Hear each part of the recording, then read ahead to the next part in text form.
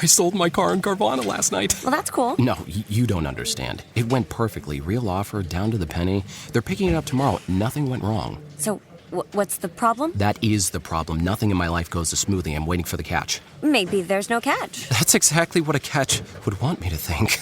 Wow, you need to relax. I need to knock on wood. Do we have wood? Is this table wood? I think it's laminate. Okay, yeah, that's good. That's close enough. Car selling without a catch. Sell your car today on Carvana. Pickup fees may apply. Kraft Mac and Cheese is better than 90s hip-hop. We'll remind you of your childhood without making you feel incredibly old. Kraft Mac and Cheese. Best thing ever. This episode is brought to you by Palmolive. Family time isn't just the big moments. It's weeknight dinners, sitting around the table, everyone talking all at once. So when the plates are empty and the sink is full, use Palmolive Ultra. Palmolive's most powerful formula removes up to 99.9% of grease, leaving your dishes sparkling clean. And the new convenient pump makes cleaning even easier, so you can spend less time tackling dishes and more time together. Shop now at palmolive.com. This episode is brought to you by Redfin. You're listening to a podcast, which means you're probably multitasking. Maybe even scrolling home listings on Redfin, saving homes without expecting to get them. But Redfin isn't just built for endless browsing. It's built to help you find and own a home. With agents who close twice as many deals, when you find the one, you've got a real shot at getting it. Get started at redfin.com. Own the dream. This episode is brought to you by State Farm. You know those friends who support your preference for podcasts over music on road trips? That's the energy State Farm brings to insurance. With over 19,000 local agents, they help you find the coverage that fits your needs, so you can spend less time worrying about insurance and more time enjoying the ride. Download the State Farm app or go online at statefarm.com. Like a good neighbor, State Farm is there. This podcast contains mature content, explicit language, suggestive situations, and partial to full frontal nudity. Listener discretion is advised. Don't let your kids listen to this. As I was thinking about banking episodes and doing Hall of Fames, I said, but if we keep doing that, when am I going to get the cold open montage, man? Oh, no. Because that one's a banger, man. How are you going to get your cold opens? It is pretty great. I do like that a lot. If only there was a, I don't know, playlist of only cold open episodes all together in a row. No, but that's not the same. He likes them all put together. All put together. With the deft touch of one Colin Cassard. Yeah, those transitions and stuff. I could watch every Sopranos episode in a row. It's nice when they just autoplay. I'm telling you that you can autoplay all of the cold opens in a row. No, it's not the same. I need that Mr. Freeze ray in the middle to tell me that. Absolutely. One episode has ended and the other one has begun. Yeah. What killed the dinosaurs? The Ice Age! There it is. The Ice Age! I had to move him to page 2. Whoa, who bumped him? Suckmydick.com? Well, it was either that or the promotion of... We got to break down the script writing. Oh, fuck. He pulled it again. He did it again and getting even with that. Turns out we break down the script writing a lot. Turns out sprinkled in between all of those jokes is some script analysis.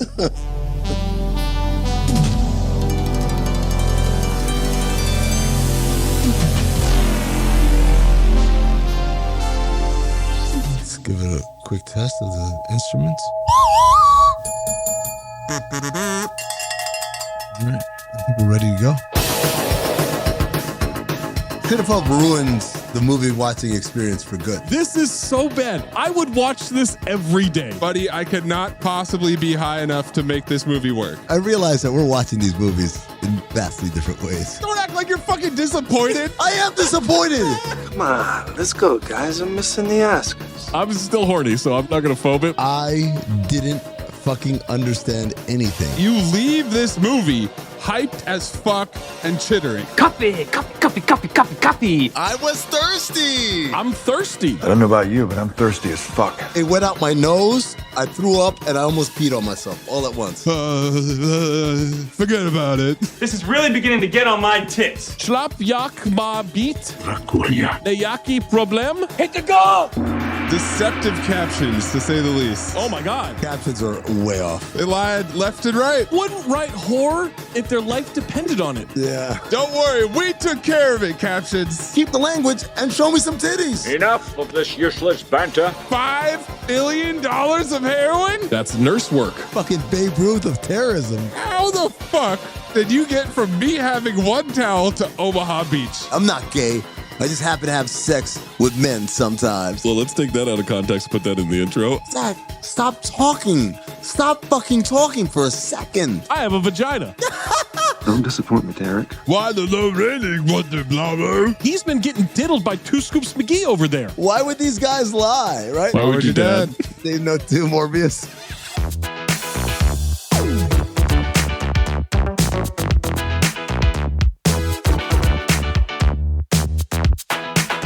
Welcome to Cinephobe, the podcast we break down the movies you're afraid to admit you love. I'm Zach Harper. That's Amin Hassan. That's Anthony Mayes.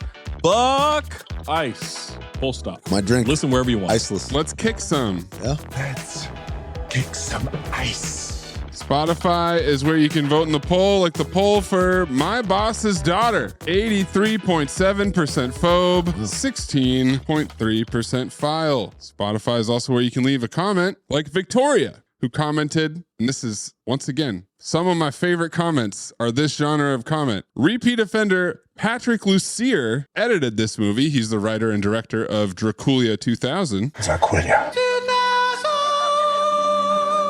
I was dating his son when he was working on it. He seemed at wit's end and said he was doing his best, but firmly told us not to watch it. Okay. Wow. Okay. What was her name? Victoria? Victoria Ballesteri. No, not that Victoria. Victoria, when we do a rewatch of that movie, I would love for you to be a guest. It's going to be years from now. How will we track her down? We won't even remember her name by then. She can listen to this. Oh, no. Email us. I'll tell you what. This is what you do. Write on a Post-it. You want me to write it on a Post-it note? No, her. Write it on a Post-it note, and then hopefully she's a Patreon member, and we'll see the Rewatchington event and be like, hey, remember? I got this Post-it. I'm Victoria. She holds it up. And then I've got to remember, so I have to write it on a Post-it note as well. Exactly. Kind of like a Willy Wonka golden ticket situation. Victoria rewatch. We got to give some more detail there, because you can be like, who the fuck is Dracula. Victoria? Not Dracula. My boss's daughter. No. Nope. Dracula 2000. Yeah. She could come on for that one, and she could come on for My Boss's Daughter. Whatever movie that Patrick Lucier is involved with, Victoria, you're invited to join. I only want the Dracula 2000 stories. Is that the one where he told her and his son not to watch it? Yes. No. Okay. No. No? No. It was for My Boss's Daughter? He edited My Boss's Daughter. Yeah. And he's at his wit's ends about that. He directed Dracula. So she knows nothing about Dracula 2000. Nothing. Well, That's the interesting movie. let's see. If she was dating his son during My Boss's Daughter, Dracula 2000 was about 4 years earlier. Pretty unlikely. Wait, what year was that? I'm not sure. I've already committed to Victoria rewatch Dracula 2000. Come join us. There you go, Victoria. Well, it's written in stone on a Post-it, so it can't be changed. Can't be changed. Nothing I can do. Unless he loses it. Unless I lose unless it becomes so tattered that it's gone. Reggie Jones commented, ain't no way a mean phobed Tommy boy turned around and filed this trash. My gasps are utterly flabbered. I'm good. I don't want any more Tommy Boy discussion. Are you sure? I'm sick of Amin trying to justify this bullshit. No, it's not justifying. I'm good. It's really easy. Leave us a review. Leave a comment. Make sure you're checking out the CT5 episodes on the main feed. Funny movie? Leave us your CT5 Not funny suggestions movie. and lists on social media or in the Discord by subscribing to the Patreon, patreon.com/countthedings. You're not tired of me. You're tired of people. No, I'm tired of you. DMing you. I don't do it. I haven't gotten one negative DM about Tommy Boy. I foresaw this. I foretold this. Why were you stuck between foretold and foresaw? Because I can't tell the difference. What's the difference? Are they the same word? You foresee something and then you could foretell us. You can foretell it disembodiedly. That's true. Okay, hold on. Or ambiently. No, you got to get off the mic. I am. And the camera. No, you have to leave the screen. You have to leave the screen with the mic. Not what you're doing right now. The opposite. Now am I disembodied? No, I think your shoulder's talking. Now, this is Amin shoulders talking here. I like that you're too lazy to get up and just step out of frame. Nick commented, the We got to break down the script writing. drop got me just in time for Maze's performance review. Sneaking that in there. Ad-free episodes, extended cold opens, rewatching them. You know what the fuck you get, all right? And all of our extra content across this Count the Dings network. Who's lazy now? You know what the fuck you get. I got too many Post-its to keep track of. I would love for McDonald's, instead of having their meals on the board, just say, you know what the fuck you get here. If you have a submission, submit it. Reminder, needs to be 40% or lower on the Rotten Tomatoes audience or critic score. We started a new century with crossover for episode 300. Fast forward through some of these. We'll get to Pluto TV. Saw us try to pick up some road twitch in our 1996 ass boxers and get arrested time and time again for shit we didn't do, just so we could move in with our friend we don't really like and said, hey man, fuck your algorithm. You should watch Mac and Devin go to high school. Unfortunately, Odd Couple 2 is the first time it's happened in Pluto TV year. Off of Pluto TV by the time the episode. Wow. Man, so they don't get to watch the hang dog face? What's happening? He's got a hang dong face and I'm here. Then Pluto TV saw, I don't know what the fuck it was, a music video about weed as a 30-year-old tried to groom a high school student with hidden tattoos and said, hey man, speaking of taking the bus, how about you watch The Honeymooners? This one I got to come up with on the fly because I forgot to write it. Then Pluto TV saw us try to grift our way through somehow ending up with Gabrielle Union, even though we're kind of a fat, lazy piece of shit who wears dumb hats. Now wait here. And then we use this voice at times. You're not finna tell me that I sometimes am a grifter. Hey man, you finna watch some Chuck Norris movies because you guys switched up the algorithm because he died. That MAGA piece of shit. And that brings us to the 1993 action, adventure, comedy, drama, sport, Sidekicks. Adventure, action, comedy, drama. No fantasy. No sport. No. Definitely not a sport. What? Karate? I don't know what's bothering me more, the adventure or the comedy. There is no adventure. There is some comedy. The adventure is all fantasy. Yes, that's why I said fantasy. Sidekicks stars Chuck Norris, Jonathan Brandis, and Beau Bridges. Norris had The Hitman in 1991, this movie in 93, and Top Dog in 1995. You're not going to talk about Forest Warrior? I'm waiting for that to be eligible. Chuck Norris stars as Chuck Norris. Yeah. Literally, in the movie, he plays himself. Yeah. And somehow still ass on. Oh my God. Come on, hold on. Do the episode. All right. Brandis was in Stepfather 2, Make Room for Daddy. Oh, hell of a title. Never Ending Story 2. Oh, Daddy. Ladybugs and Hearts War. Jonathan Brandis stars as Bingo Barry. That sounds right. Never Ending Story 2, The Next Chapter. Also a funny title. But he plays Bastion in that? I'm guessing. I don't know if he's the same character. No, he plays Bastion. Really? He plays Bastion, yeah. They upgraded. Did they? Oh my God. Jonathan Brandis was a big deal. Okay. Jonathan Brandis was a big deal. This might be a Two Americans thing. To you.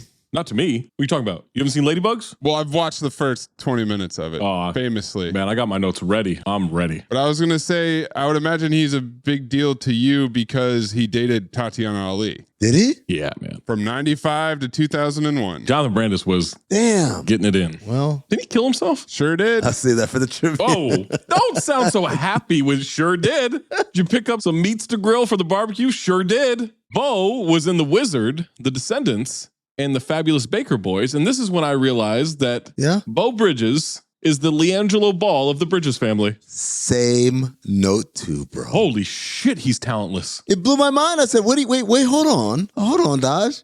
Are you telling me? You're mixing up references right now. Louis Pinnock is in Fled now. Yo! Hold on, let me look at my crossovers. Crossover. I don't know if Leangelo is fair. Why? He's terrible. One, it's him and Jeff are the sons. Lloyd counts. Yeah. So what? So Jeff is LaMelo and Lloyd Bridges is Lonzo then? No, Lloyd Bridges is LeVar Ball, who is also a bigger star and more talented than LiAngelo. Jeff is both LaMelo and Lonzo. Okay. Yeah. All right. I mean, I think you guys could have picked a cleaner analogy here, but sure. No, he's the Leangelo Ball of the Bridges family. 100%. He's in Jerry Maguire. He's Cush's dad. Oh, Means boy. Mako, repeat offender for Conan the Destroyer. I wish I knew how to quit you. Mako stars as Uncle Diddler. Oh, I thought he'd be the wizard. He was until I watched the movie. Julia Nixon, repeat offender for Rambo First Blood Part 2. I wish I knew how to quit you. How do you spell Nixon, Zach? Nickson. She stars as the damsel in distress. Joe Piscopo from Saturday Night Live. I dallied with a bunch of different things. I finally landed on Joe Piscoblo Because that dude. Hitman Chuck. Oh, my God. He had a movie called Captain Nuke and the Bomber Boys. Richard Mole, repeat offender for Loaded Weapon 1, and he's Bull from Night Court. Bull from Night Court. Dennis Berkeley, repeat offender from Suburban Commando. Dennis Letts, repeat offender for Passenger 57, and Johnny Be Good. I wish I knew how to quit you. Garrett Graham, who is the nerd teacher. Forgot to mention that Bo Bridges stars as the nerd dad. Danica McKellar, Winnie Cooper from The Wonder Years. And John Buchanan stars as Vince Cellini. 3 people are going to get that joke. That's a good joke. I'm going to run into the ground, though. He was Jason Pellegrini for a while for me. He was until I thought about it. Cellini. Sidekicks was directed by Aaron Norris. Aaron directed Delta Force 2, The Colombian Connection, The Hitman, Hellbound, The Forest Warrior, and Top Dog. Yes. Yes. He is related to Chuck Norris. Absolutely. He's the Lee Angelo Ball of the Norris family. We have 2 writing credits on this one. Lou Ilar, screenplay and story. He's just done this movie. That's it. And then Galen Thompson, screenplay, wrote The Hitman, Hellbound, and Forest Warrior. They got the team back together on Forest Warrior. They sure did. Synopsis for Sidekicks. A bullied teen who fantasizes about being Chuck Norris's sidekick trains in martial arts to fulfill his dreams. Well, it's not exactly accurate, but we'll get into it. Is he bullied? Yeah. Yes. Randy. I think there's a difference between being teased and being bullied. He actually gets increasingly bullied as the movie goes on. Randy kicks his ass, man. Vince Cellini kicks his ass. Tagline, a dreamer and a champion, an unbeatable team. Interesting. Okay. 2 other taglines, if you didn't like that. I didn't. The kid was a winner only in his dreams until the kid's hero stepped out of his fantasies to fight at his side. But he didn't. That happens in the last 20 minutes of the movie. No, he didn't. Spoiler alert. And then, Barry was a winner only in his dreams, striving to be worthy of his idol. Then Barry's idol stepped out of his fantasies and changed his whole life. Still bad. That's not how that happens. His life was got to change before that, you know? They're giving 0 credit to Uncle Diddler. $10 million estimated budget, gross 17.1 million US and worldwide. This was heavily marketed to. I remember commercials for this big time because Brandis was such a big star. I read somewhere that it was called a modest box office success. Before we jump into this movie, you listen to the rest of this podcast. Sidekicks is available on Pluto TV, we think. Sidekicks receives 26% on 19 critic reviews on Rotten Tomatoes, 49% for the audience on over 5,000 ratings. Amin, it's like the positive or the negative reviews. Well, Zach, I'm a half-drunk bottle of whiskey as I'm about to diddle this review kind of guy. What? Give me the positives. Hey, John, that's weird. That glass looks half full to me. Wow. Now that you mention it, it is half full. Candace Russell of South Florida Sun Sentinel. Candy. It's soulful and funny and more than a few notches in quality above the films of those martial arts phenoms, the Teenage Mutant Ninja Turtles. What? Candace Russell, what the fuck are you talking about? Would anybody call the turtles phenoms? I mean, they're teenage, so yeah. I guess it would be technically, yeah. They have to be phenoms. Michael H. Price of Fort Worth Star-Telegram. Oh, good Texan review. Couched playfully amid all the humbone, hokum, and Rocky-style heroic flourishes of sidekicks, there hides an undeniable sense of dignity and emotional uplift. Hokum, KFB. That's beautiful. Hokum. The return of KFB in this episode made me very happy. Joe Layden of Variety. Scott Layden. Frank Layden. Frank Lloyd Wright. Just right. Lloyd Bridges. Right there, man. A lightweight but diverting effort. What does that mean? No. Nell Minow of Movie Mom. Nell? Modest little treat. What the fuck? Why are you surprised, Maze? This is right up her bullshit alley. Chuck Norris? This kind of Chuck Norris. A modest little treat? Why is she talking about it like it's a low-calorie ice cream bar? Richard Harrington of Washington Post. Al Harrington. Al Bundy. Ted Bundy. Norris is affable and appealing, not only while parodying himself, but while being himself. PG suits him. What? Is he parodying himself? I don't think so. This feels pretty on brand. Like Nick Cage in The Unbearable Weight of Massive Talent is parodying himself. That's parodying himself, yes. Neil Patrick Harris in Harold and Kumar is parodying himself. Most of the characters in This Is the End. Or Entourage. Well, Sasha Grey. Oh, blank user 5 out of 5. I love how being bullied turns you into your own hero. Get therapy. Message? Blank user 5 out of 5. Inspirational for children with low self-esteem. What? Get therapy. I had so many mean things I could say. And then user Shay M, 5 out of 5. Shay Milges. Shay Milges Alexander. Childhood favorite of mine. Follows the same premise of Karate Kid. There's your low self-esteem kids. With its own twist. The main Barry who daydreams about being a sidekick with Chuck gets bullied at school. Starts martial arts with a teacher's uncle. It's fun with great music. Chuck is epic as always. My favorite Chuck Norris and Jonathan Brandis movie. I also had asthma growing up as a kid. I was walking to church and had to be rushed to hospital because of my asthma. What'd I tell you? After that, I joined martial arts classes, and over time, I beat my asthma. Then, because I kicked my asthma, helped join my basketball and baseball team. R.I.P. Jonathan Brandis and Chuck Norris. Wow. The most offensive part of that was great music. Stop being a pessimist. This tank is not half full. It's half empty. Negative reviews. No. Too much violence. Michael Wilmington of Los Angeles Times. Wilmington, North Carolina. Sidekicks is amiable enough, even if cinematically it makes Cop and a Half look like 8.5. Is Cop and a Half on the list? Is that? That's gotta qualify, yeah. Oh, yeah. That's Burt Reynolds and a black kid, right? Guy I used to work with at the Suns. Shout out to Coach Noel. Because I told him the story about me going to see Eraser instead of Independence Day. He said, I got you beat. I would see Cop and a Half instead of Jurassic Park. That's phenomenal. Instead of Jurassic Park. Does it hold up as well as Jurassic Park does? Cop and a Half. Bob Fenster of Arizona Republic. Oh, my homie. Sidekicks is so predictable that you could leave the theater, break a few bricks of your own, and not miss anything. Renee Rodriguez of Miami Herald. Oh, my homie too. There's a sense of desperation about the whole thing. Norris and brother director Aaron, charged with salvaging Norris's flailing career, came up with a load of self-aggrandizing fluff. This is my brother director. My brother director. Zach Heston of Film Inquiry. The movie is just a Karate Kid knockoff, too late to the party, and used as a vehicle to give Norris something similar. Accurate. Karate Kid knockoff is 9 years later. People would have forgotten about it by then, right? Karate Kid 3 was out by then. We should rewatch that.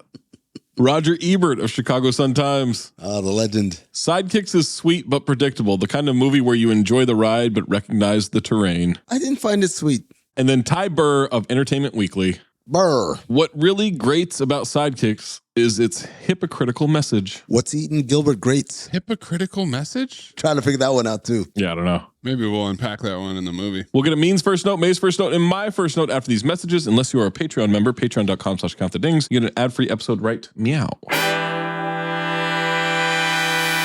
Hello, listener. It's producer Mays here to talk to you about Cheers. You know what gets tougher the older you get? Hangovers. Unless you're Amin and you claim to never be hungover, for most of us, even if you have 1, 2, maybe 2 drinks, the next morning can be rough. At least it was until I found Cheers Restore. Here's how it works. You take it after your last drink or before bed, and then while you're sleeping, it does its magic. It's a can of magic.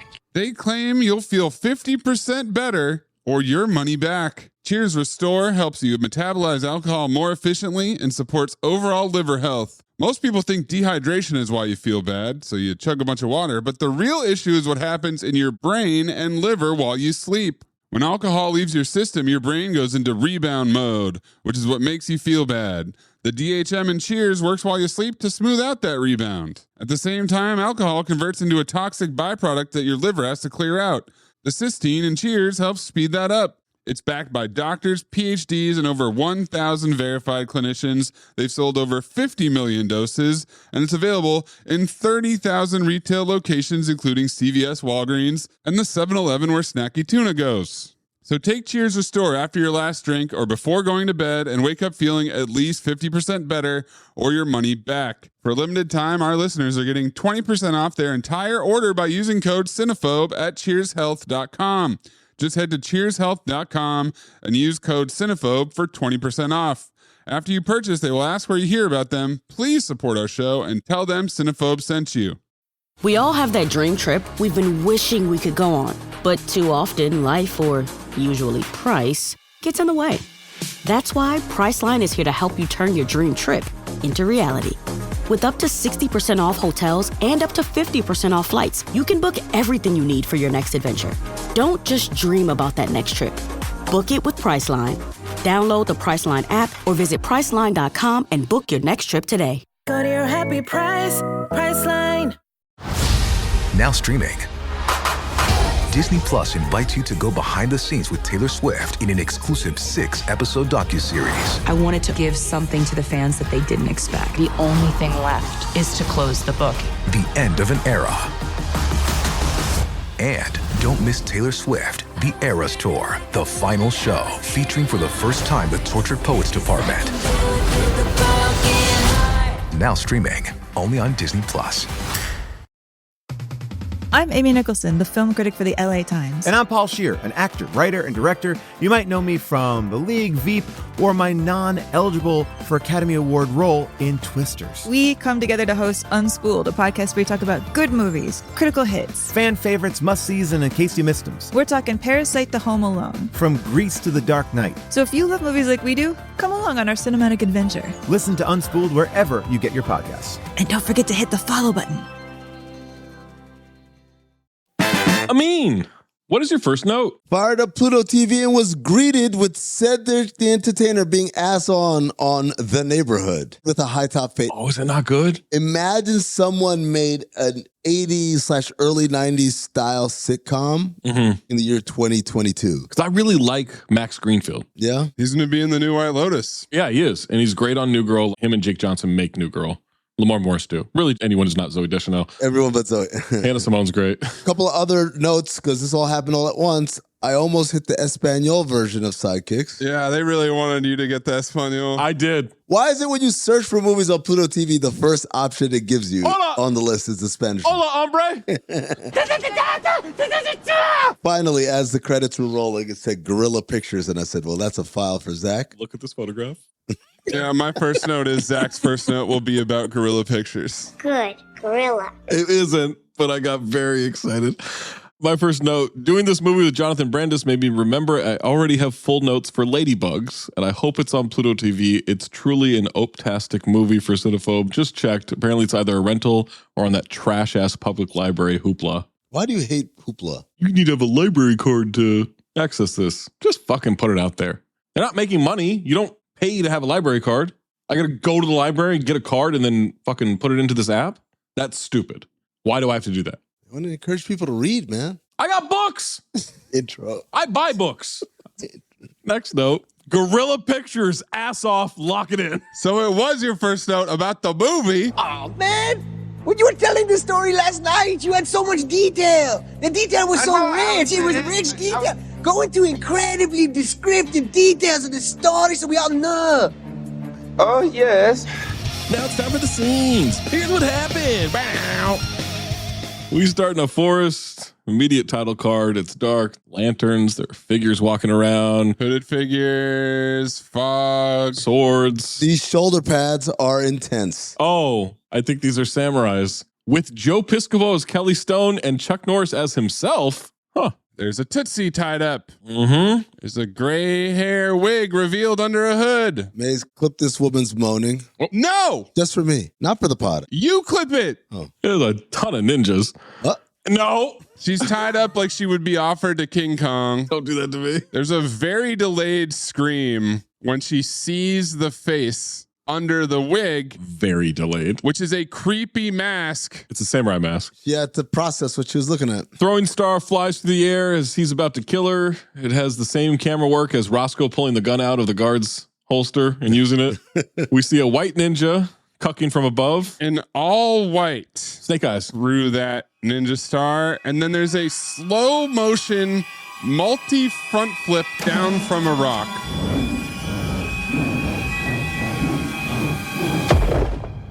He jumps at an angle where he would land right next to the rock, right? Yes. He goes about 70 feet forward. It reminded me of Retribution. Oh, Retribution. The physics doesn't add up here. He kicks the mask in the face.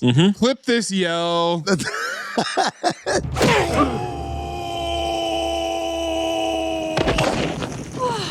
Sound effects and yells, horseman. Zach, you were just talking about how this person in white flew. This flight Trucked this dude across the room with one fucking kick. in slow motion, landing in a fire, more screaming. Ruh-roh. Please clip it. Charlie Murphy. What he's coming for, I just came. Wow! Caught him with the front. Him telling like he gave me some kind of Bruce Lee cross kick or something. I kicked the shit out of him, man.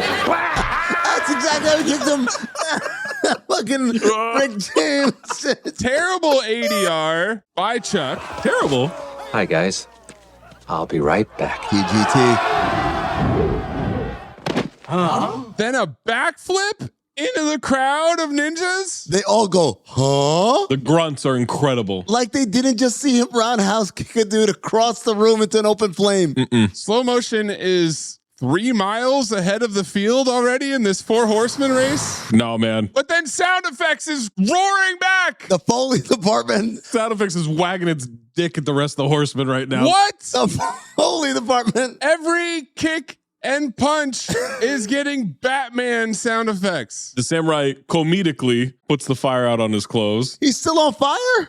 He's fighting one ninja at a time. They do the classic everybody dogpile the guy, but people keep getting knocked out. Here comes a second one. Soaring front flip into multiple handsprings. We get whooshing sound effects. Well, that's not the only sound. Yeah. We get a lot of...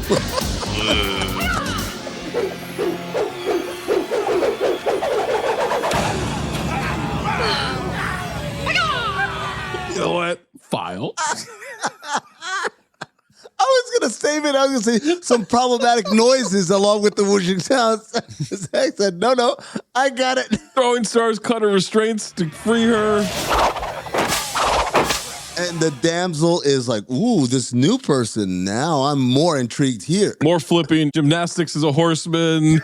They're fighting back to back and side by side. I wasn't aware that there were 2 of them. Oh, it took me a second to figure out that there was a second white ninja showing up. Oh, you thought they had dogpiled and they're all beating up and then he's going to be gone? Well, I thought he got out. Okay. He just shows up somewhere else. I didn't know because they look exactly the same. They're the same height. They're the same build. They're in the same outfit. They're chest to chest, side by side, rapidly kicking opposite directions. The 360 kick flurry is what I called it. They're kicking nothing. What do you mean? They're kicking the air. The ninjas are flying back.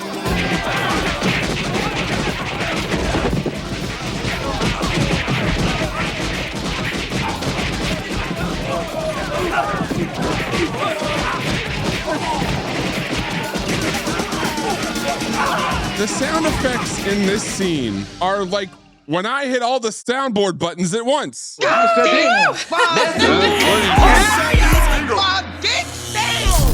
Wah's always the loudest. Doesn't matter what you put. Cuts through everything. They all run away. We reveal the masks, and it's Chuck Norris thanking Barry for helping him again. That's all right, Chuck. That's what sidekicks are for. He said it. He said it. Already. Cornball. And then I wondered, is he doing a Chuck Norris voice impression? Is this a Louis Pinnock? Oh, I didn't think of that. That's a good idea. Well, don't worry about it because my man Bull wraps it up later on. Wherever I am, whatever I'm doing, all you got to do is ask, Chuck. And I said, he was saying this in class?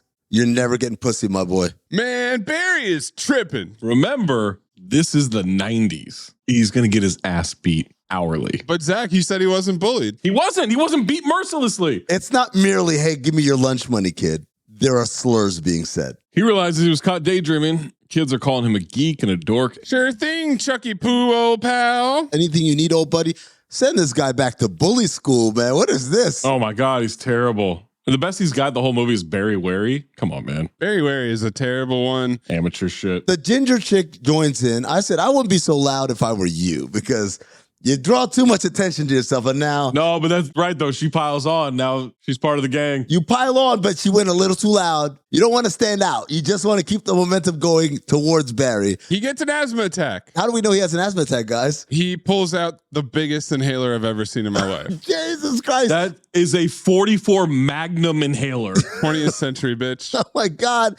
Is this like a Commodore 64 inhaler? Is this like the first computer This shit was massive. It reminded me of the computer from fucking Rambo. It's the exact same size. It's the whole room. What a dork. These were the golden years of bullying. Oh, speaking of the Wonder Years, Winnie Cooper tells everyone to leave him alone. He said it like Cedric the Entertainer sometimes does the voice. Why don't you just leave him alone? Teacher says to let it happen. He doesn't have to fight it. Oh, hey. As he's struggling to breathe. The teacher is a damsel in distress. This nigga for sure has a Rocky Jr. cache of hand-drawn etchings of her with massive tits. Is she saying just die? Says let it happen, Barry. Relax. Class is over. Winnie asks if he wants her to wait. Not today. His dad is coming. And I said Sean Astin. No way she'd be into this dude. She's not. It's confirmed later. Teacher asks where he was this time. Japan. I think. You were supposed to be in my history class. He's so horny. The way he looks at her, Japan. I didn't pick up on it. You didn't pick up on it? Hold on.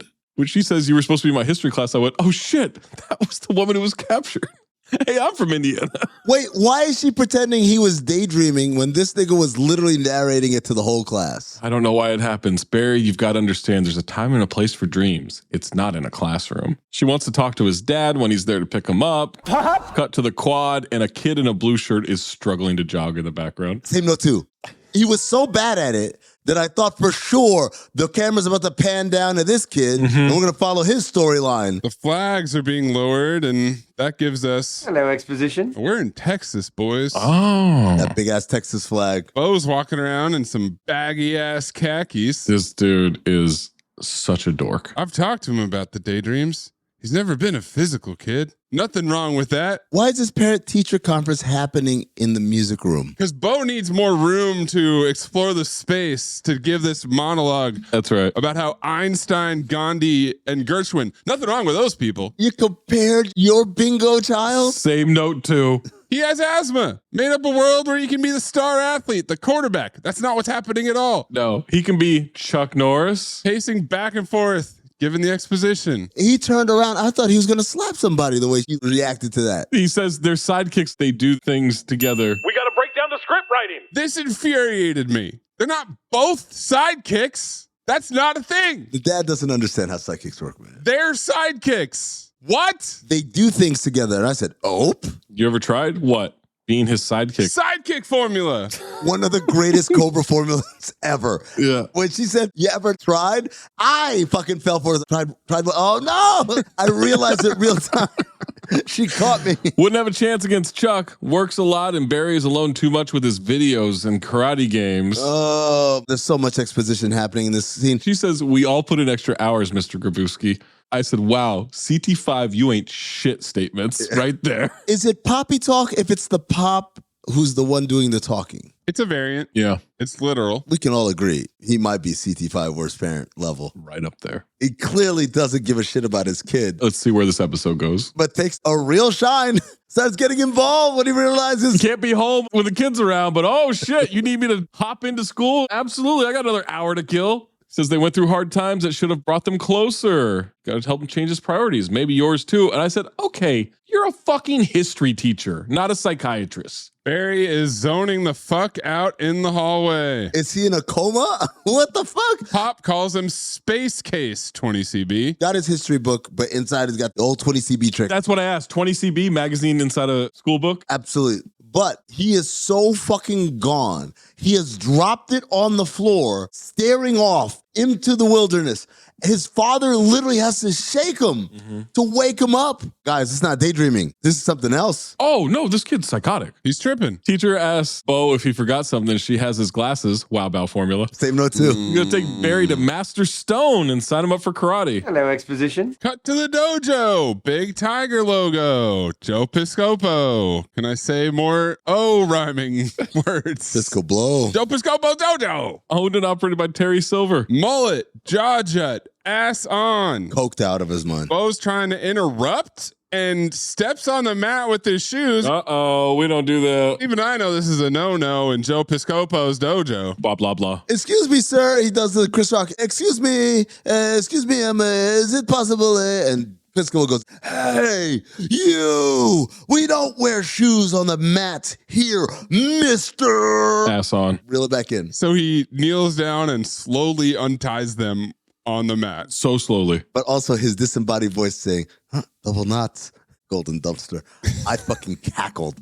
Not only because it's disembodied, but it's such a great line. No, it's not. Double knots? No, that's a great line. Come on, guys. No, it's not. He's got a hole in his sock for the big toe, 20 CB. Any cartoon character take his shoes off, immediately that big toe was out. Piscopo's trying to be serious and stern, but he's so bad that it's distracting. This is why he couldn't do shit outside of Saturday Night Live. Barry starts wheezing. Barry's dad tries to explain that his son has a condition. Bro, it's asthma. It's not some fucking new thing. It's a condition. This isn't HIV where you have to explain to people what it is. Is it? You say asthma just came out in 92? Do you see the size of that inhaler? It is very much the very first inhaler. There can't be a prototype earlier than that. Joe tells him to wheeze quieter. Same note too, bro, because I said the same thing. Hey, don't touch that. Do you want to learn karate? Yeah.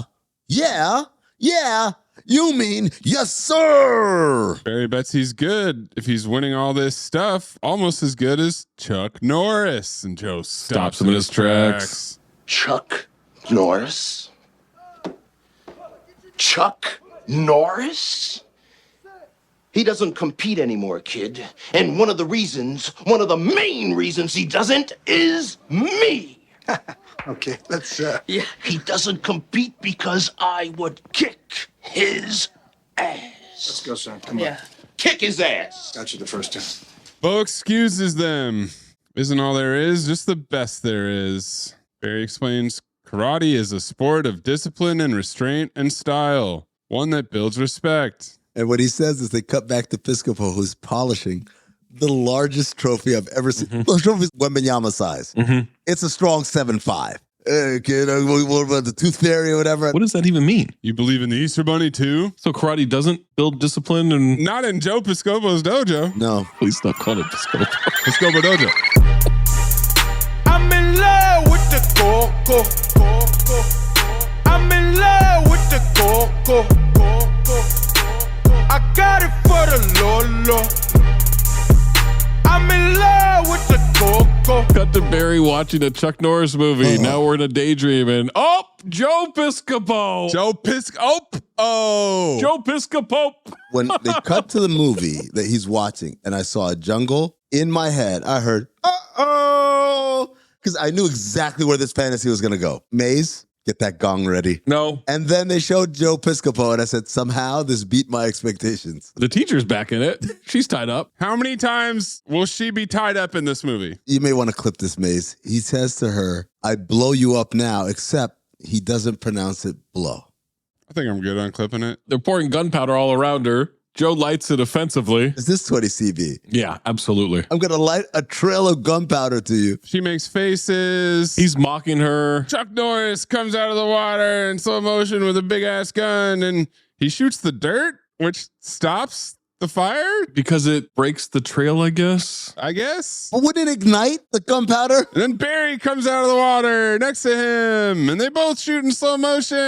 And this was in the trailer. They shoot a bunch of flammable barrels and gunpowder. Please do not clip any of the sounds Joe Piscopo is making. Do not listen to Amin. I did not say any of that. I just said that one line. Guys get blown up into a tree, and we see comical underwear. Yep. A tree branch falls and launches Joe into the air. Everything goes static as Pop turns off the TV. It's time for bed. He asks Pop if he ever became involved with something. No answer. This guy doesn't give a fuck about his child. Completely ignored. Yeah. Time to get your 8 hours. Can you imagine having this kid as a child, man?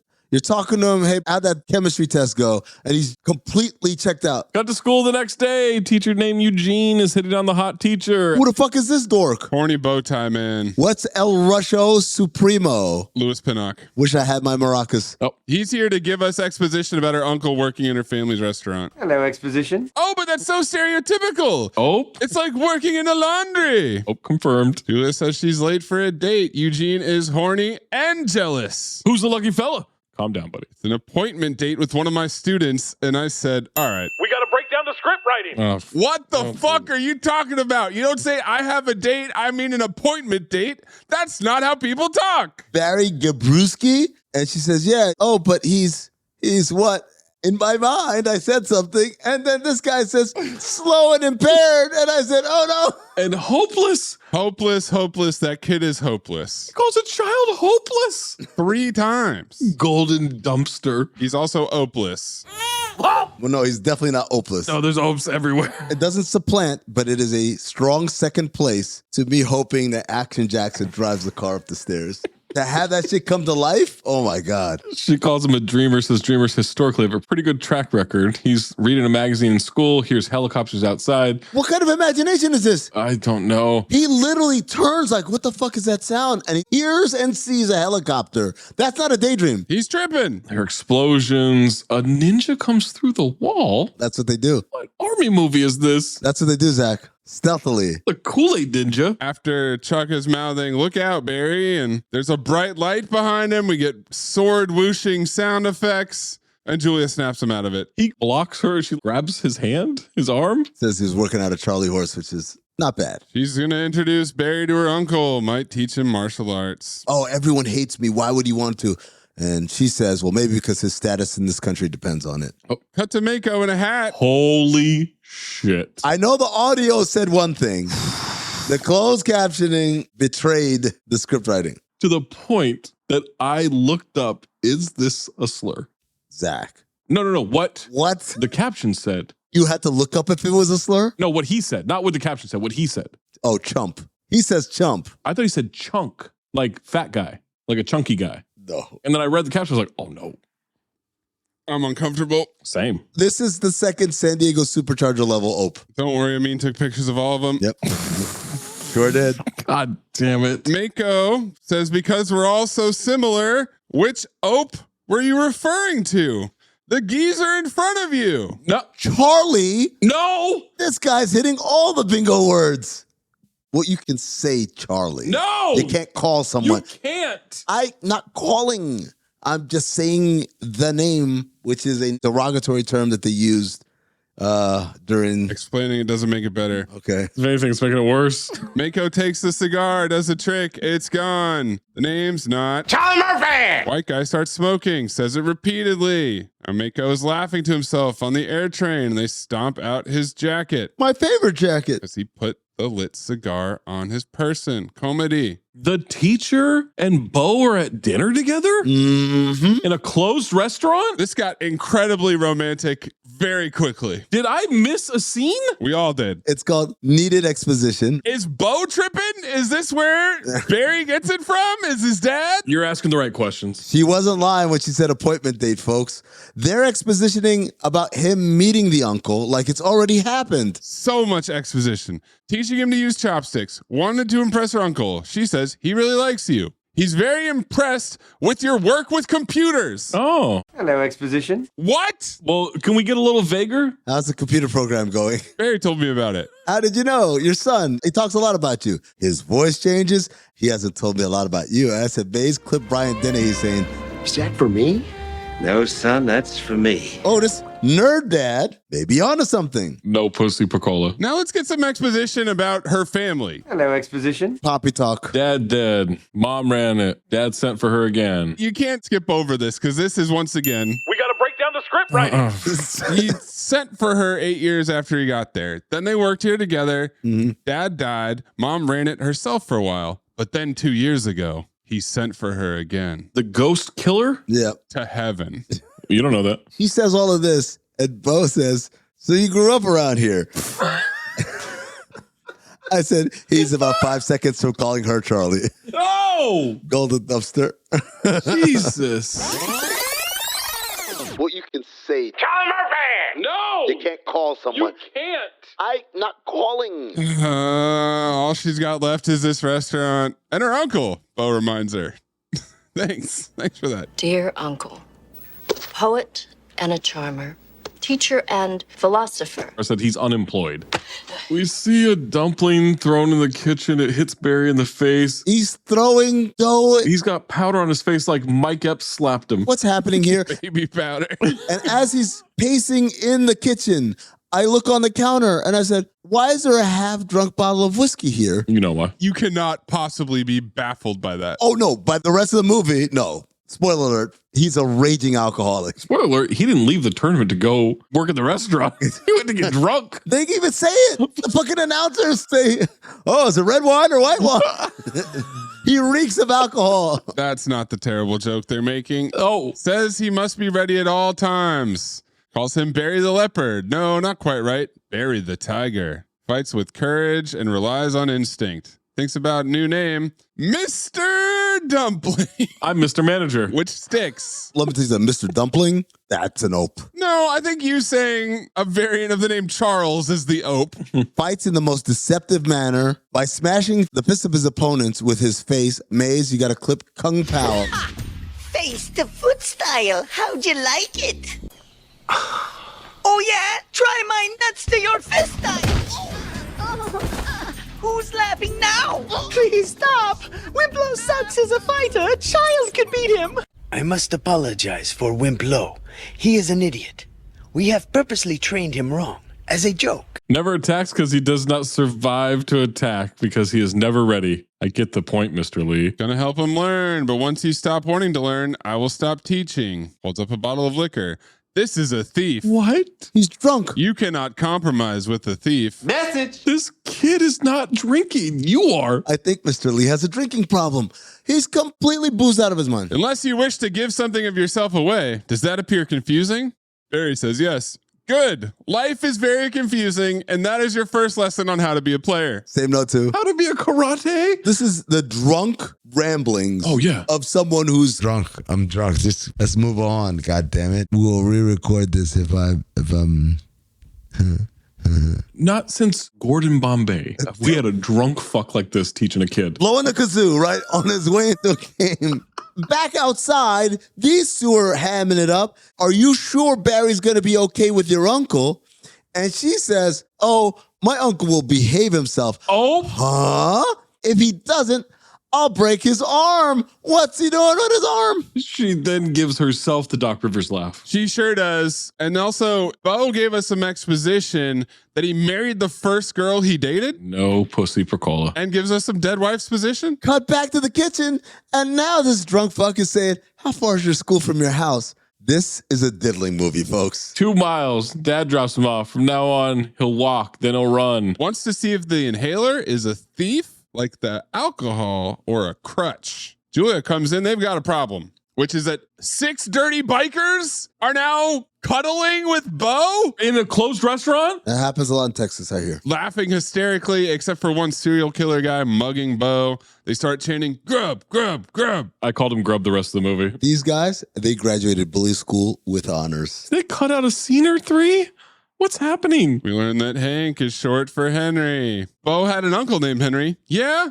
I don't think I knew him. Golden dumpster. Lee's putting alcohol on himself like it's cologne. I said, wow, this dude's real drunk. It's aftershave. So do you see me, that move right there, that slap me in your face shit? The back of the head, though, I've never seen anybody do that. Well, he's a special kind of drunk. So that no one says, yo, man, you smell like alcohol. He's drunk off his ass, so you just got to splash it everywhere. They're going to remodel the place. Scarface pulls out a switchblade. Throws a bottle against the kitchen door. Lee comes out with a tray of food, pretending to stumble. Disembodied voice. Look at this guy. Hank calls him a drunken ope. We get a POV shot from the perspective of the tray of food. Hate that. And then he acts clumsy and beats their ass. How hot was that tea? It fucking burnt the shit out of Big Boy's fucking nuts.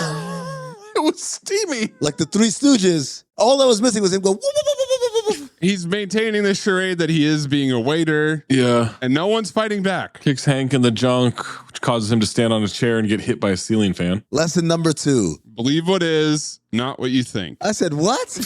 It's drunk fuck. What the fuck? Reminds him he's walking to school tomorrow. And we zoom out on the Frying Dragons neon sign. Did not know that the name of the restaurant was what you just said, Maze, until they registered in the tournament. And I was like, ah! And then I realized, oh shit, it's actually called that. Next morning, he's walking to school while narrating his own actions. Constant vigilance, eternal suspicion. He needs to get his ass beat. Like Chuck in the jungle. Oh, jungle, here comes another ope. Beware. the enemy. No wonder nobody likes this kid. Shadows on the fence turn into soldiers in Nam. A Jeep bursts through the fence. This is not as appealing to you, though, Zach, because it's a wooden fence. Nah, I like it, but that's not even close. Barry dives into a ditch to hide. Chaos all around as he rolls over. And by ditch, you mean a couple of tall weeds? I don't know. There's some leaves in there. Yeah. And then he stops tripping. Guys, this is the kind of stuff that you would have if you had PTSD. Like it happened to Rambo. Remember, Zach? Yeah. First Blood, where they're torturing him and he's having the flashbacks. Really flashing back, yeah. He thinks back to them dumping him into the lake of shit or whatever. Mm-hmm. That's the level of PTSD this kid has from daydreams. He snaps out of it. I said, he's still narrating? And then as he walks away, there's a Viet Cong helmet. Yeah, the shot lingers as the helmet rolls into frame. This kid is psychotic. Oh shit, is this a Masters of the Universe type shit where there's a tear in the space-time continuum and now all of these things are about to come to life and then he's got to find Chuck Norris in order to defeat real life terrors and shit. Nope. Mace, don't do it. Nope. Don't do it. I saw it. We got to break down the script writing. Damn it. The added joy of putting it on the board is Zach's paid face every time I play that drop. He walks past Winnie Cooper's huge brick house with a white BMW out front. You think she's rich, guys? Why is his jacket so big? He's dressed like an unhoused student. Not even. Good yes and. It's like Linda Cardellini in Freaks and Geeks wearing her dad's army jacket. Also kind of like early cricket. But Beau Bridges was clearly never in the fucking army, so no. Not a concern. It reminded me of Big at the end of the movie when Tom Hanks turns back into the little kid, but he's still wearing his big ass suit. That's what it looked like. He fumbles his inhaler. She asks if he wants a ride. He declines. Got to get his heart rate up. Class starts in 10 minutes. Eugene is the Shakespeare teacher and calls him the Bard. Because of course. Big lecture hall. For high school? Massive. These bros in the back are talking. Jason Pellegrini. Vince Cellini. Hard Rock Cafe shirt. 1993 with a Hard Rock Cafe shirt. You're fucking the king of everything. Ballin'. Yeah. Why does this girl have a neck brace? That's never explained. It's in multiple scenes, though. There's a nice shot of all the injured people in gym class, and she's one of them. He's going to test Cellini's retention skills with quotes. To thine own self be true. It's Polonius from Hamlet. And then he picks up the skull. Alas, poor Yorick, I knew him. Oh, that's Sean Connery. From the Bible, innit? That's all they got was Hamlet quotes? They couldn't pick any other? All this dude had to say was Hamlet again. They're in a Texas high school. You're lucky they got to Hamlet. Barry sees Winnie mouthing Hamlet, raises his hand to answer. Barry's an idiot. Eugene, with his ass on, clutches his chest. He's still in my heart. When Barry says, Hamlet? Careful, Mr. Cellini. Your competition for class dumbbell is rapidly diminishing. Bars, got him. Oh, he's going to beat Barry's ass. Cut to Randy beating Barry's ass in the locker room. Barry's peak of his academic career. Hamlet? Dude immediately shits on him. Hey, this dumb fuck's not quite as dumb as you. This hopeless, impaired. He throws Barry down. He steps on his chest. So he's read the scouting report about the asthma. Yeah. And Barry's got a bigger crew with him than the guy from Teen Witch showing up for the pizza party gangbang. He's got the Lost Boys with him. He's rolling deep. Is that Dante Vasco with him? Watch where you're going. Accidents happen when you don't pay attention. Let me up. Randy trains with Master Stone and he makes fun of his Chuck Norris magazine. This kid's walking around with this fucking magazine like it's his blankie. So where's your friend Chucky now? Says Winnie doesn't like him. She pities him. Then he tears the magazine with the gravitas that, like, I'm tearing this one last picture of you and your mom who's dead. Nope. It's a fucking Chuck Norris magazine. Just go get another one. I don't know. He keeps that magazine and he puts it back together, so. Pages are sticky. Well, cut to him training with Uncle Diddler, and Uncle Diddler is very handsy. I don't know if you guys noticed. Of course. I was distracted by the filthy brown river in Houston. He's coughing while deep breathing. He hits the inhaler. Got to gym class. They're doing push-ups. Barry's sitting on the side. With all the injured kids. So they've got a person with a leg cast and crutches. They've got the lady with the neck brace. And then Barry. You guys notice what the mascot for the high school is? Yep, we'll get to it. Okay. Now he's daydreaming about the Commanders. A rattlesnake. And he's a cowboy now. They're in a saloon. Yep. Couple dirty cowboys. Piscopo has a mustache and he's loading bullets. The teacher's a prosty?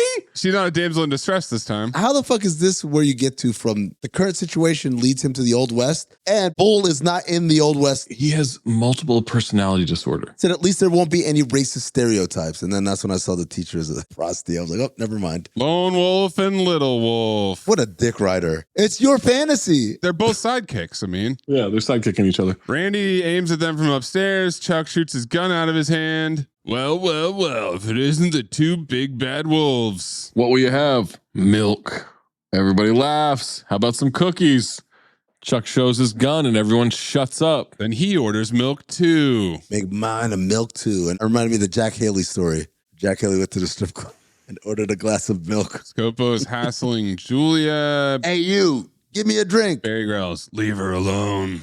They slam the milk shots and sigh deeply. Joe wants a duel, says he can take him. Barry says, if you're wrong, you're dead wrong. He's flunking TGT school. And they are 2 feet apart. Why are they drawing so close to one another? Is this Pootie Tang? They're face to face. It's a squint off. Barry draws quicker, does the twirling gun thing, slaps the shit out of Joe. Asks him if he wants to get stupid. It's deja vu all over again. Does it again. He keeps slapping him. Does it again. Piscopo's about to blow a gasket. Barry turns around and clocks him, tips his hat, winks, clicks his tongue. Piscopo throws a booze bottle. Snap back to gym class. He gets hit in the head with a volleyball and reprimanded for falling asleep. By Bullet from Night Court in Marlin Vision. Did you guys notice that? Yes, it was Marlin Vision. Yeah, it was not as extreme of a fisheye, but the lens was right up in his face. Amin called him Bullet from Night Court. It's Bull. Now they're going to make him climb a rope, 20 CB. Yeah. Did you guys have to climb ropes in gym class? Never once. He starts to climb the rope. He can't do. He's like, oh, I don't know. Everyone's mocking him and shit.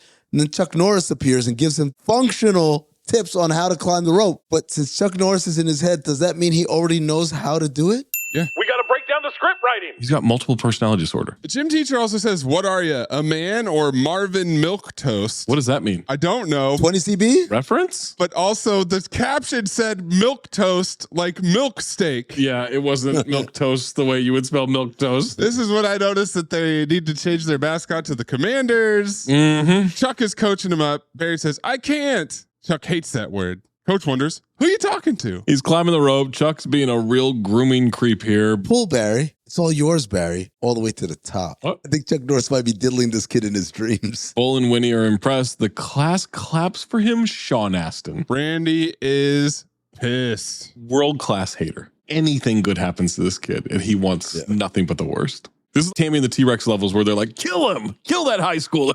Winnie is walking with Barry after school. Mr. Horn was sure mean today. I think you ought to tell your daddy. My daddy? Oh, daddy. Oh, no, I don't think he'd be too much help. Why not? My daddy'd rope him, shoot him, stuff him, and mount him. What? At least that's what he always says.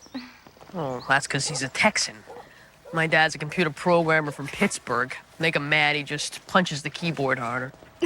This is a tutorial on how to get your ass beat at school in the 90s. This disrespectful little son of a bitch shits all over his dad. Well, he's right. Sure, but you shouldn't do that. You're supposed to have respect for your father. Yeah, at least not with strangers and shit, man. Yeah. So then he's like, hey, would you want to go out? I really like you. She friend zones the fuck out of him. I like you, but just not like that. Heisman. God damn. Fucking Heisman his ass into the friend zone. Hand it to her. Bam.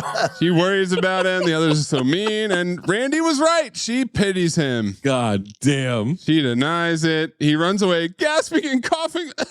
Wheezing and runs away like a bingo. Dramatic music. The worst possible timing in the world for the asthma attack of all times. Fumbling for his inhaler. I hate this crap. Get this fucking kid in an iron lung now. Well, spikes the inhaler on the ground. It shatters? That thing fucking shattered like a goddamn vase. I mean, it's ceramic. What year is this? A Fabergé egg. Did they just discover asthma? He goes full incel. I can beat this. Shouting at no one, I'm gonna beat you. And it fades to black. You tell yourself no one wants your college-era band tees. But on Depop, people are searching for exactly what you've got. You once paid a small fortune for them at merch stands. Now, a teenager who calls them vintage will offer that same small fortune back. Sell them easily on Depop. Just snap a few photos and we'll take care of the rest. Who knew your questionable music taste would be a money-making machine? Your style can make you cash. Start selling on Depop, where taste recognizes taste. Hi, this is Rob Benedict. And I am Richard Spate. We were both on a little show you might know called Supernatural. It had a pretty good run, 15 seasons, 327 episodes. And though we have seen, of course, every episode many times, we figured, hey, now that we're wrapped, let's watch it all again. And we can't do that alone. So we're inviting the cast and crew that made the show along for the ride. We've got writers, producers, composers, directors, and we'll of course have some actors on as well, including some certain guys that played some certain pretty iconic brothers. It was kind of a little bit of a left field choice in the best way possible. The note from Kripke was, he's great, we love him, but we're looking for like a really intelligent Duchovny type. With 15 seasons to explore, it's going to be the road trip of several lifetimes. So please join us and subscribe to Supernatural Then and Now. Every now and then, someone would die. Risk. True stories, no holding back. They catch my mom poisoning my sister. People say Risk makes them feel less alone and more alive. During my time in prison, I discovered a podcast called Risk. That podcast saved my life so many times. Risk. The show where people tell true stories they never thought they'd dare to share. Wherever you get your podcasts. Got to him daydreaming as he's crying. Bull is a Nazi? Torturing him. There's your Louis Pinnock. Got him on a torture rack in a torture cave with chains wrapped around him. What the fuck? And Chuck's chained against the wall. Watching. Giving words of encouragement. Bull ass the fuck off. Oh my God, he's incredible. Gym teacher backhands him. Chuck has no reaction. Chuck says, just breathe. He says, you sound like a bagpipe when you do. Golden dumpster. Okay, I laughed.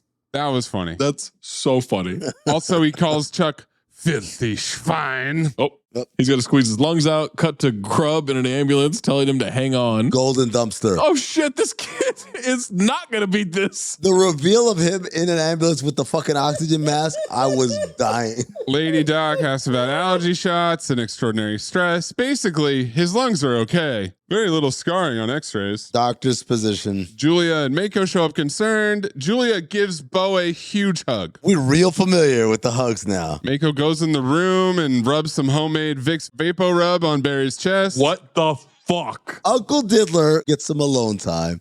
I feel very uncomfortable with what's happening here. I've got a couple of old remedies with secret ingredients. I said, I heard Bill Cosby had a couple of old remedies with secret ingredients.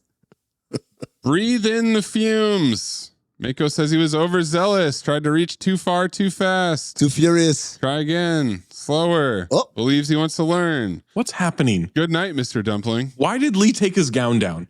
See that? Shitty electronic drums. Sunrise over Houston.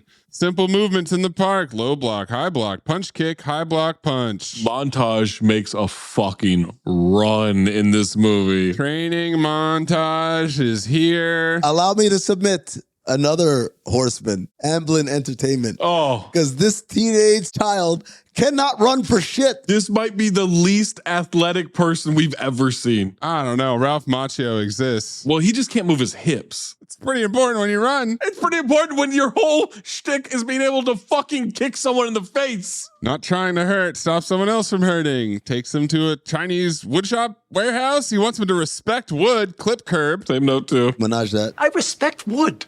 I revere wood. I'm considerate of wood. So don't tell me you respect wood. Oh, I respect wood, Larry. I respect wood so much that if I had a piece of wood in my hand right now, I'd beat the shit out of you with it, okay? It lives on its own, has its own spirit, and that's why you chop it in half. What? Drunk. He's running with weights. Weights? Those are paper mache dumbbells. Zach, it's weights, W-A-I-T-S.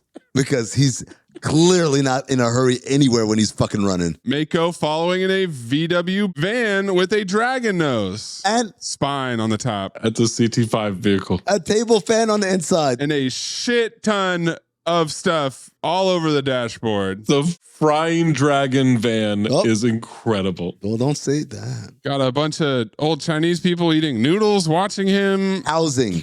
They're speed eating. Very confusing. Small bowl to amount of time eating ratio. Why are they watching him? Why do you think? Notice I didn't say, why is your dad? Because I'm telling you what these guys are up to, and it's no good. He's doing pull-ups in the kitchen next to hanging ducks. He said, how do you feel? Never felt better. You lie as well as you run. I said, same note too, bro.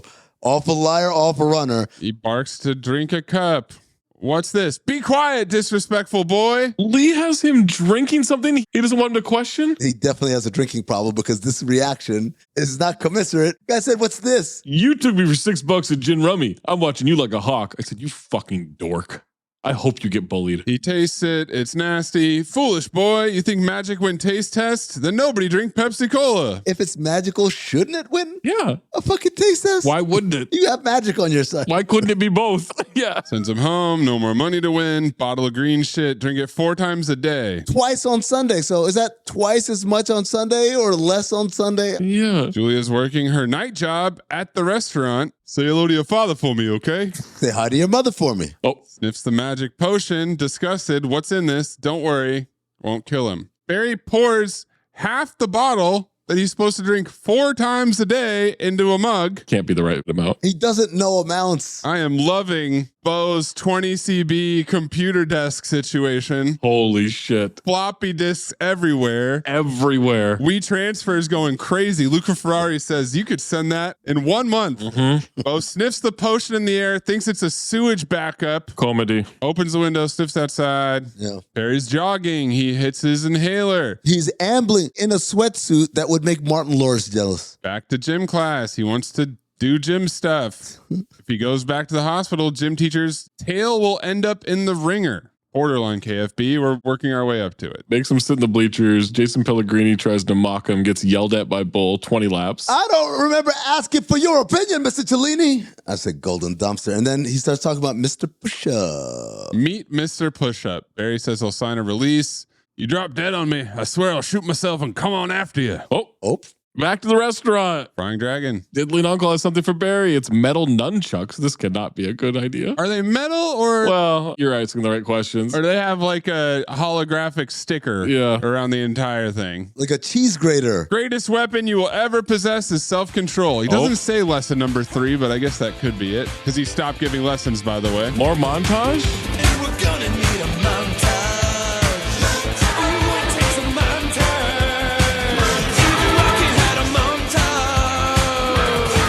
Nunchucks to the dick, to the back of the head. That's using your head, Barry. 20 CB comedy. Bouncing on train tracks. Spinning the nunchucks around. The teacher is doing Tai Chi in her home for grub. In tights. The kid's there too? And the uncle? What's happening? No wonder he has all the fantasies. Bo claps. What the fuck? So hornily. No pussy per cola. That's what I thought. Until he hits her with, I wish I could do what you do. Maybe he's not a nerd after all, man. He's a nerd. He's going to fumble. Mako takes Barry out to run. She's going to teach Bo how to do it. He can't copy her. She moves so graceful. More important to be graceful here. And she touches his heart. He came.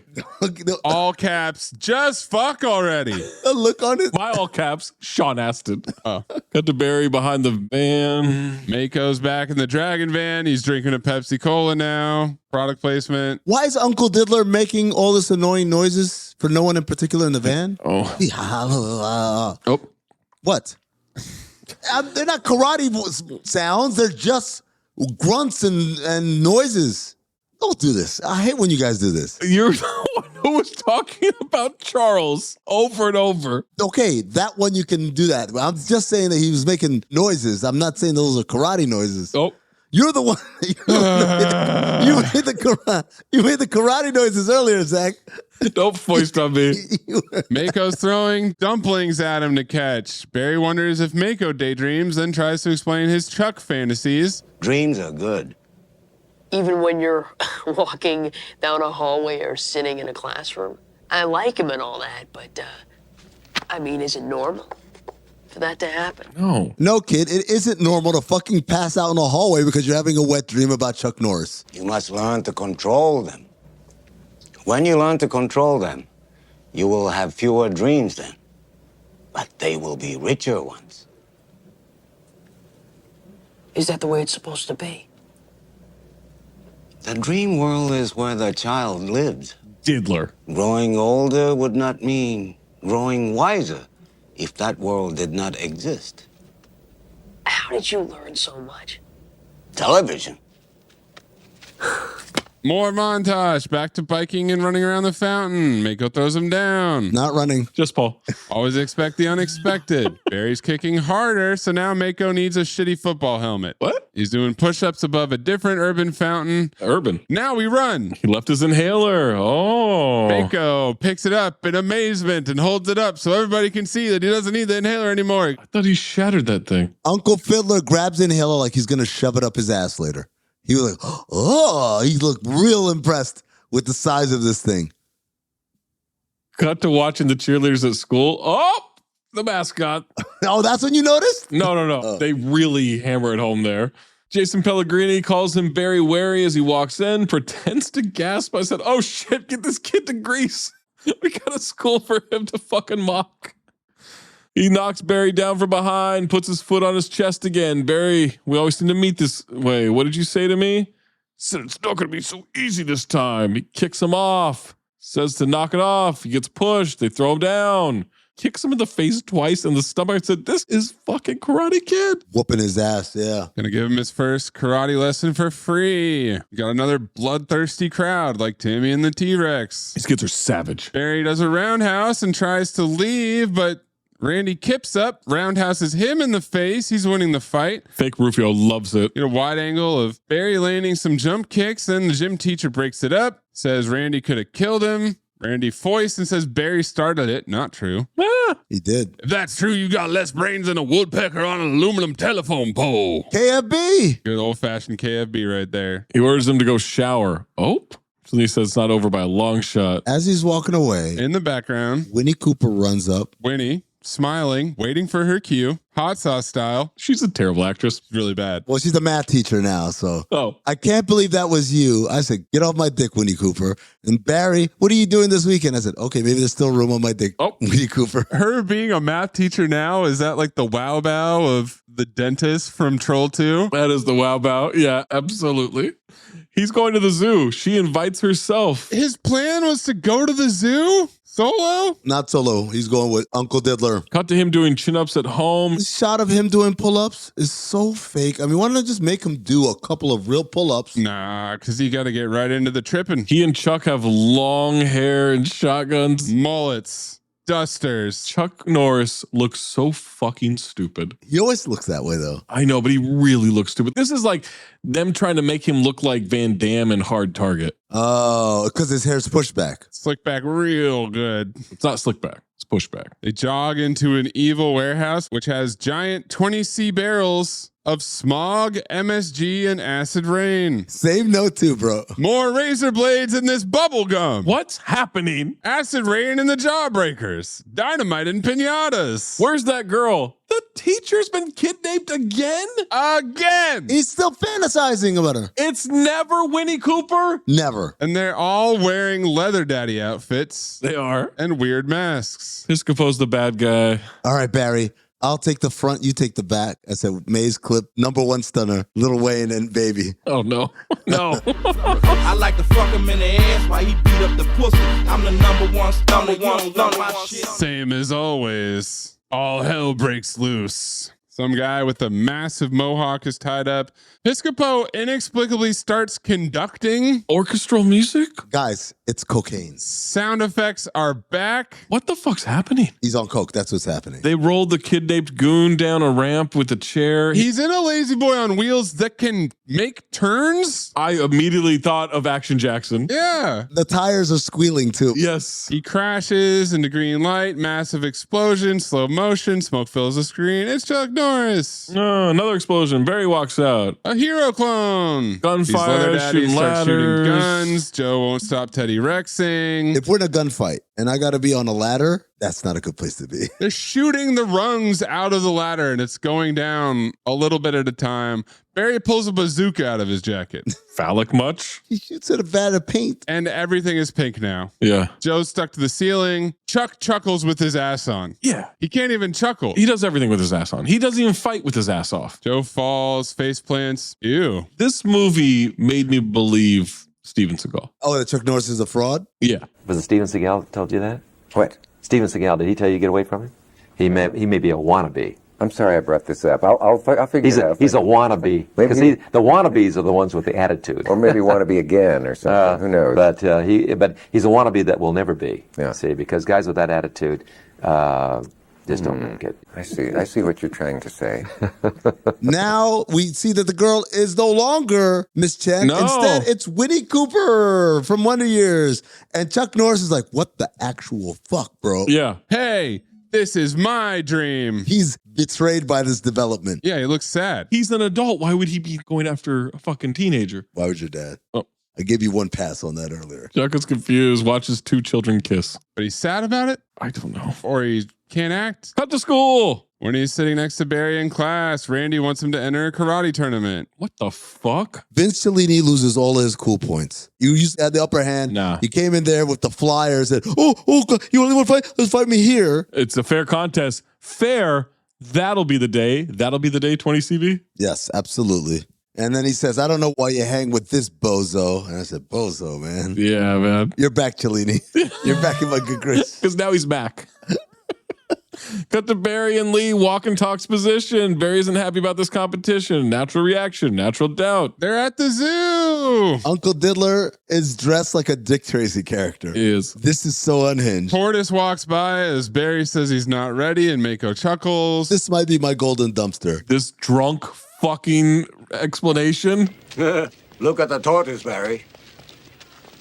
The tortoise is very clumsy and not musical at all. What? But it has been said, and I believe it, when all things are right, when a dream becomes true, when the impossible is accomplished and lies behind you, on that day, the tortoise will dance. Tortoises can't dance. Ah, you only think they can. If you believe they can, they will. All caps. What? This dude is sweating whiskey. Obliterated. Say no to. Maze, I need you to clip the last line. Just don't care about being a menace to South Central while they drink their juice in the hood. That's what it's all about, Trey. The fuck is he talking about? I thought he was going to the zoo with Winnie Cooper. She canceled on him? No, she's there. I know. It cuts to her. She wails. I'm like, what the fuck? The whole team's there, man. And guess what, guys? We got some more training. Training montage, all the same places. He breaks a massive block in half in slow motion. Now Mako's gambling in the park with random Tootsies looking over at him training every once in a while. Tootsies? Those are teenagers. He's got a type. If they win, he'll treat them to dinner at his restaurant. They're children. What's the name of the restaurant, Zach? Frying Dragon. Why is that funny? No! Oh, shit, man. I'm going to piss myself. Cut to the Texas Open Karate Championship. It's legit less than 3 minutes since he got the pamphlet. The shortest amount of time between, hey, there's this thing, let's cut to it. They cut a minimum of 13 scenes out of this movie that would have made it way more coherent. I was so confused when I realized Uncle Diddler, he's in it too. Miss Chen, she's in it too. They have to compete as a team of 4. What? They have Barry, they have Julia, they have Mako, and they need a 4th. Stone Dojo, last year's champs, the Kick Connection got 2nd. I fuck with the Kick Connection, man. I want some Kick Connection merch. We are getting a tremendous amount of PA position that we haven't had since Over the Top. And you know what else? In case that wasn't doing the job, as they're wondering what to do, we get some random girls popping up saying, hey, there's Chuck Norris. What the fuck is happening? Hello, exposition. I got an idea. We're going to fucking recruit Chuck Norris to be our 4th. Yeah. Gee, I wonder if they'll get him. Piscopo cozies up to Chuck as someone around him gets a Doc Rivers laugh. He grabbed him by the leg and ripped his pants completely off. Well, what a surprise. Chuck Norris. Too bad you're not still fighting. I I'd love to kick your ass. Only in your dreams, Stone. Yeah, I'd be your worst nightmare, Chuck. That guy hasn't changed, has he? Uncle Diddler, he's got the best line. Make way, Judge coming through. He doesn't say that to anybody. Nobody falls for it. Mako's going to go recruit Chuck. Julia thinks it won't work, but then Mako smartly sends the hot woman to get Chuck Norris. Of course. He notices her right away. My note, she pulls him aside because she's hot. Yeah. You know what? It's going to sound awful, but there is a bare minimum level of intelligence that a diddler has to have. Because if you were too dumb, you wouldn't be successful ever. Intro. So in order to have some sort of success. Intro. No. All of his stupid quotes this episode are not going in the intro. Okay. She's hot. She goes and talks to him. Cut to Chuck sitting down next to Barry. I was like, wow, that worked so quickly. Well, she works so quickly. Let's cut to when it's happening. There's a kid in a glitter outfit out there to demo some kicks. Barry's impressed. It's time to the music. I don't know which came first. He does this a lot. When he's impressed by something, he claps and then he turns to find an ally somewhere. Someone's like, oh yeah, that was pretty good. He must think that he's having another hallucination. Of course. How does he know this is reality? Well, he goes full deer in the headlights. Chuck introduces himself. Small talk about being nervous before competition. Nervous is good, loosens you up. Huh? What? Tell you what, why don't you and I go win this thing? Huh? What? Exposition, then he joined the team. Hello, Exposition. Wants to teach Piscopo a lesson in humility. No. Nope. I rewound it to make sure. He says humility. Please clip it. Besides, there's a fighter here who needs a lesson in humility. Does he say humility for real? I swear to God. I'm telling you. Needs a lesson in humility. Humility. Wrong! You got it wrong! Is Aaron Norris the older brother or the younger brother? Younger. Then it makes a lot of sense. He's a Leangelo. Chuck, can we do one more take? You said humility there. I said, what, Aaron? Fuck you. That's 2 for flinching. Back to the sign-up table. Josh Groban doesn't believe that Chuck Norris is on their team. This nerdy guy was having a time. Walks up. Got a problem with that, son? Bitches out completely. No. And the name of your team? Team Frying Dragon. Yep. Gong. No. Well, I mean, it happens in a minute. Barry says he can't believe this. Somebody pinch me. Lee has no problem doing that. Yeah. Then he leaves. What do you see, B? I have a restaurant to run. He's got to be back by 2. Time for the women's kata. Montage of ladies doing moves. Bo smiles. Sure. Julia's wearing a crazy blue outfit. Grub is locked the fuck in. Locked in. He's so freaking horny. My God. The hug after she's done. He's 100% gooning. Is insane. 100%. Stone Dojo lady in all red. Slow motion moves. Did you guys notice the Latin music? Stone gets first. I regret not having my maracas. Julia gets second. Mako is MIA, of course. Now Randy has to break 8 bricks. He does it. And the announcer, he gets gonged. Because he says, flying, no, frying dragon. This kid can break 8 bricks? Yeah. A child? Yeah. This kid's incredible. Randy. I've never wanted him to bully Barry more in my life. You're telling me you could break 8 bricks, you're losing this little shit? No way. He's got asthma. I mean, I got some real questions about brick integrity in this movie. Whoa. Well, wait till they light it on fire. I don't know if that helps it or hurts it. Yeah, I got confused by that too. The announcers are like, oh, is it red wine or white wine? I said, God damn. Well, he shows up in an apron, tells the judge he doesn't need a gi. Yeah. And it's because he's a waiter. I mean, yeah, it's a waiter joke. I took it as he's drunk joke. Because you see what you want to see. He's a mirror. I wish I was drunk doing this episode. Mako asks for another brick, does it in slow motion, wearing his fedora. We're going to be eating humble brick here, Dave. Fuck you, was my note. Terrible. Fuck you, announcer. Yeah. I still can't get over that a high schooler broke 8. That's insane. How is no one talking about this? They're within 2 points of Stone Dojo now, but they keep showing the scoreboard with no scores on it. There's no scores. What is the scoring system? This is not helpful. Not since the crossover standings have we been confused more by... There was actual numbers there. Or what? They were the wrong numbers. There was a 90-game schedule. What are you talking about, Maze? Zach, what if they keep cutting to the scoreboard or the standings and there's nothing on it? But there's always someone who's kind of adjusting something. You notice that? There's a guy on a ladder. He's changing the event. That's all he's doing. This is fake hustle, man. Pretending he's doing shit. Now we get royalty-free rock music, another montage. Freestyle fighting. Stone Dojo Master Swordsman with championship technique. Get to 90. And then Barry gets up there with his nunchucks and spins around a lot. And I was about to say, how's he not slipped back into a coma? And just as I said that, he starts imagining, but this is the laziest one of them all. Same note too. Because he's basically imagining the same scenario. It's so we can have a stuntman in a suit What? do these moves. What do you mean? It wasn't Jonathan Brandis? That wasn't him? It's the white ninja outfit from the beginning of the movie. There's 3 different shots of a jumping split kick. Then he slips back out of his daydream and the crowd goes crazy. This is Will Ferrell in Old School against Carvel. Yeah. He blacked out. He has a daydream where he does all the moves, but he's actually doing those moves. He is a crazy person. And then he gets a standing ovation. Well, let's check in with the scoreboard and see how they did. Sean Astin digging a pool. Oh, it's still blank? It's still blank. Okay. Now it's time for the freestyle fighting. Piscopo's whooping ass. Chuck's whooping ass.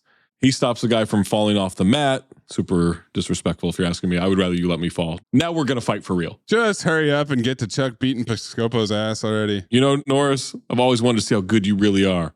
You're only going to see it once, Stone. Time for their fight. Joe tries a sucker punch. The crowd boos. He's egging them on. You talking to me?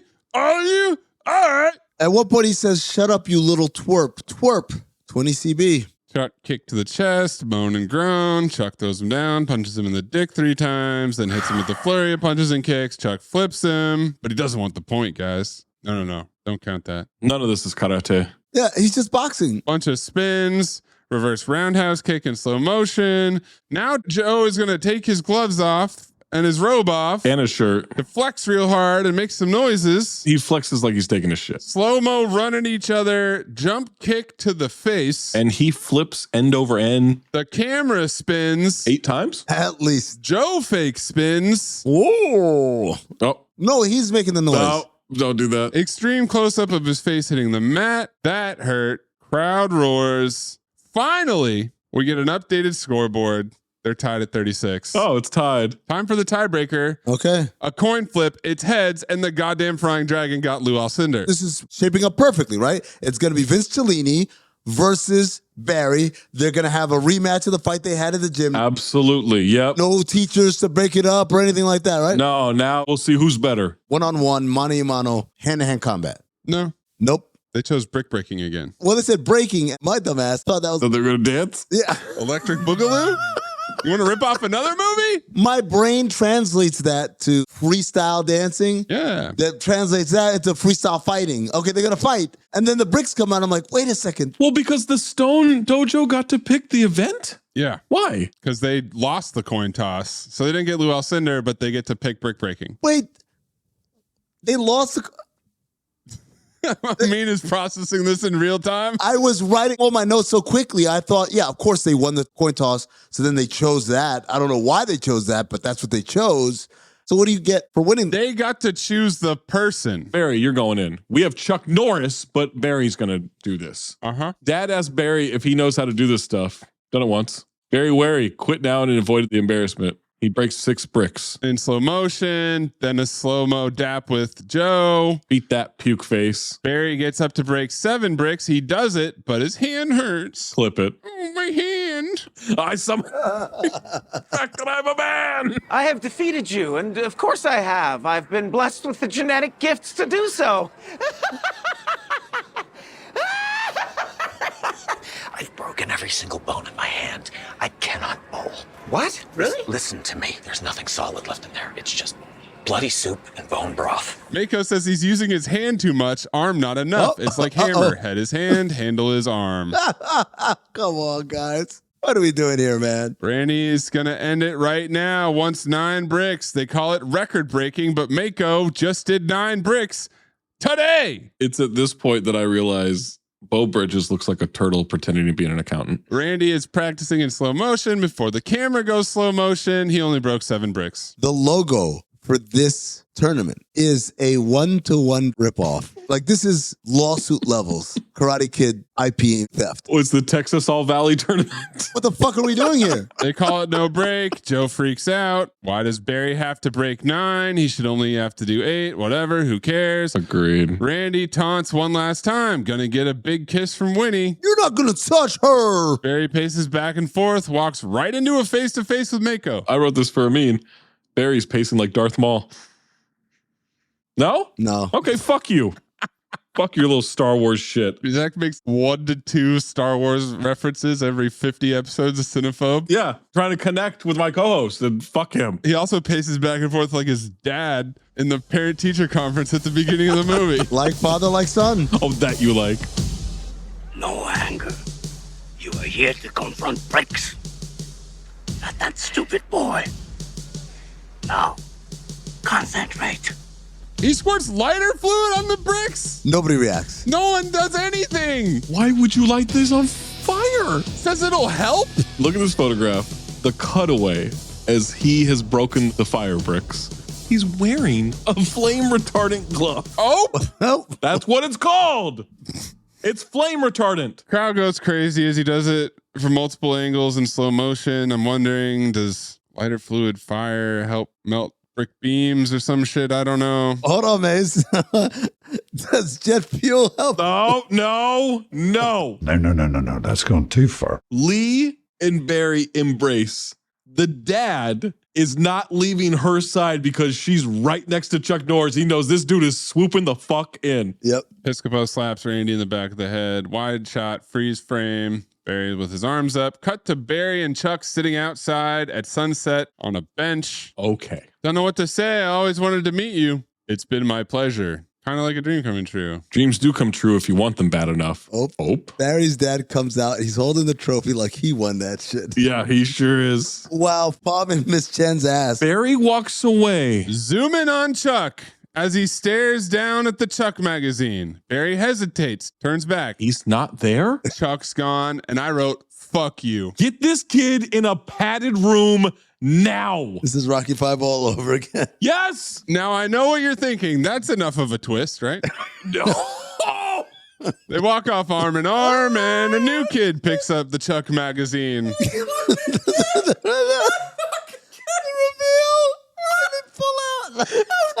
Film noir. It's young Joey Fatone in a wheelchair. Throw the dumpster. Put the fucking spreadsheet right now. Something tells me this kid's dream isn't going to happen.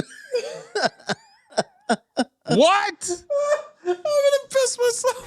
Seatbelts fastened. Tray tables in an upright position. Here we go. 4, 3, 2, 1.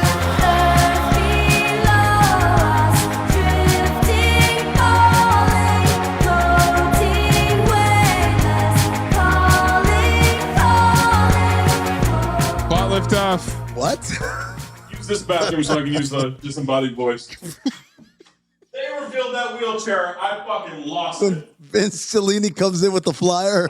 When the wizard gives him the first of 2 lessons, which is somehow 1 less than tips on how to be a player. Yeah, I guess it's the uncle coming to America. So I'm getting called. The racism explosion in the airport. Yeah. That's what got this plot going for you, Zach. Well, not for me, the movie. This is your plot lift off. Well, it's not my plot lift off. I didn't write the movie. Yeah, you're right. We got to break down the script writing. Why don't you try telling us what the fuck happened? Plot summary, 1 minute and 41 seconds. My pick. 3, 2, 1. Barry Wary is a child in a high school who has a dad who cannot get anyone. He's fucked 1 woman in his life, hasn't had sex in years. What was it, 10 years ago, his wife? Yep. Probably faked her own death just to get away from him. And Barry Wary is super scarred. Honestly, has a big time problem with his multiple personality disorders. And it manifests itself in, he is constantly, quote unquote, daydreaming with him and Chuck Norris, where they're each other's sidekicks. And the whole time he's basically created this fantasy where he is going to try to save his hot teacher, which sure, I get that, right? She's super hot. You're a teenage boy. You're going to have weird thoughts about these women in your life, but it's not healthy in any way. And it can't be helped by his father because his father doesn't even answer questions. He just says, go get your 8 hours of sleep, probably because this kid's heavily medicated and in need of this sleep. And so eventually the hot teacher really oversteps her boundaries that should be set. And she brings her hot uncle into this, and her hot uncle is the hot teacher and the hot frying dragon, the hot lessons and everything. This is all in a way to confuse this child and make him think that there's some kind of weird relationship as the uncle just diddles him to try to diddle him out of this multiple personality disorder situation. It turns out that this is actually what I think happened. 10. I think Barry is the kid in the wheelchair. And that's him this whole movie. This whole movie, nothing happens. He just got diddled, and I don't know. I think he's the wheelchair kid. Quack Attack is back, Jack! 3, 2, 1. Have you guys seen Karate Kid? Yeah. No? All right. So there's this annoying teenager, and he gets his ass kicked by some bully who knows karate. So he meets this old Asian man who trains him, and then he gets good at karate and wins a tournament. This movie's basically Karate Kid, but instead of being Italian, this kid has asthma. And then have you guys seen Trippin'? Yes. No? All right. So there's this annoying teenager who keeps daydreaming in class instead of paying attention, and the dreams are all pop culture references. This movie's basically Trippin', but instead of his dreams being about getting pussy, this kid only wants to hang out with Chuck Norris and save his teacher over and over again. Then he gets to meet Chuck Norris for real. Lots of people talk to Chuck. Okay. Lots of people interact with Chuck. Chuck even wins a fight. Yeah. But then maybe Chuck Norris was a dream all along? So who won the fight? That it? Yeah. 35 seconds to spare. Maze, you're not going to believe this. Same summary too? My opening line. Have you ever seen The Karate Kid? Oh, 3, baby. 1, 2. Look, do me a favor. I don't want to do a countdown before I do the scene. Countdown. No countdown. Can we just do it off of action? Just in your own time. Good. So I'm not a rocket ship, okay? Okay. All right. Have you ever seen The Karate Kid? Have you ever seen Last Action Hero? Have you ever seen Rambo? Good call. You've basically seen this movie, or at least what the makers of this movie were trying to go for. Barry is an asthmatic bingo who definitely has drawings of his teacher, Miss Chen, with a massive rack, and also routinely goes into trance-like daydreams about being Chuck Norris's bitch. Other kids in school make fun of him poorly, except for Winnie Cooper from the Wonder Years. She merely feels bad because they're picking on tuna tartar. Whoa! That's not just my opinion. It is shared by Barry's teachers and his dad as well. Barry's dad is a nerd who works with the computers, but he tries his best to be involved in his bingo child's life. No, he's not. So he takes him to enroll in a cokehead's karate dojo. This experience is so jarring for Barry that he immediately has a fantasy where the cokehead is doing a racist Asian depiction straight out of Rambo. Meanwhile, Miss Chen's uncle experiences some real-time Asian hate on the subway, so he sets a man on fire. Lest you feel bad for Miss Chen's uncle, please don't. He is a diddler and also a raging alcoholic. Miss Chen feeds his appetite by providing her students as human sacrifice. 30. Under the guise of training Barry's bingo ass. He gets loaded and he gives Barry the pet name Mr. Dumpling. Oh, so he trains and diddles and he diddles and he trains, even though Barry gets better at kicking and nunchucks and even beats up the bully Vince Cellini. He never gets better at running, though. That doesn't matter because when he finally competes in the All-Valley tournament, he never has to fight anyone. 10. Oh, yeah, Chuck Norris is in real life is on his team because why not? Also, what is Barry short for? Barnold? Quack Attack is back, Jack! What is Barry short for? Maybe it is Barreled. Barnold is what I had. But Harry is Harold, right? Reggie is Reginald, though. Oh, that's a good point. Barrington. I think it's Paddington and it's a bear. You're not going to like the other option at all. Is it Bear Drew? Can't even fucking say it. Finbar. Finbar! Finbar! This kid's name is definitely Finbar. Zach, what was the other one you said? What, Barreled? No. Bear Drew? Was that a character in Inglourious Bastards? No. You can't ask him to repeat it. Cobra formula. To set up your stupid ass joke. Racist formula. Say that again. Say that again. I didn't have my camera. Ah, shit. I didn't have my phone out. Oh, shit. I didn't have my witty comeback up fast enough. who cares if you lose the game? You got this off your chest. I mean, it's just one night of bar trivia.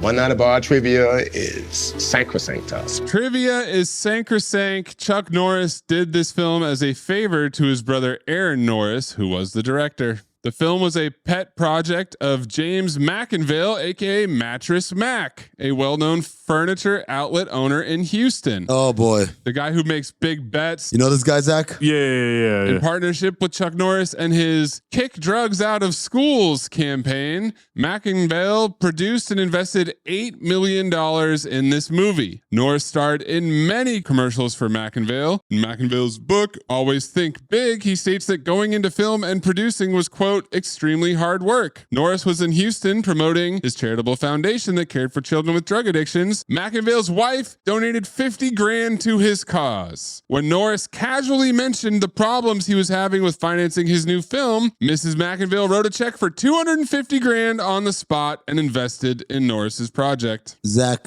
I need you to really listen to this part. The film was originally announced with the title Kick and Kick Back in a 1986 promo reel by, you guessed it, Cannon Films. Cannon.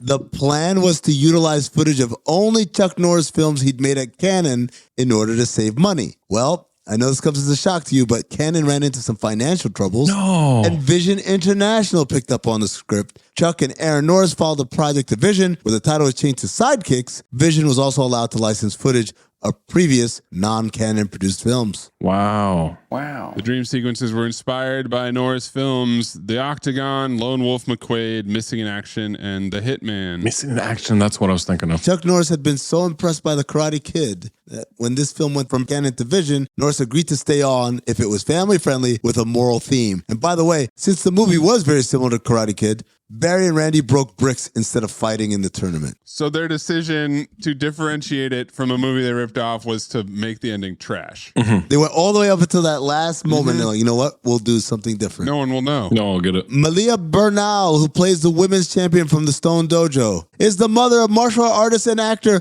Mark Dacascos. John Wick. Supercharge that. Both of his parents are martial artists. Obviously, it runs in the family. Alan Silvestri, who wrote the music for the film, 9-time repeat offender, Alan Silvestri. Oh. I wish I knew how to quit you. Also scored Chuck Norris's hit film, The Delta Force. The music for that film was primarily done on a synclavier synthesizer, which Silvestri also used to score this film. Hey, Zach, I know you're wondering, how did Chuck Norris start acting? Yeah. Apparently, it was with the encouragement of Steve McQueen.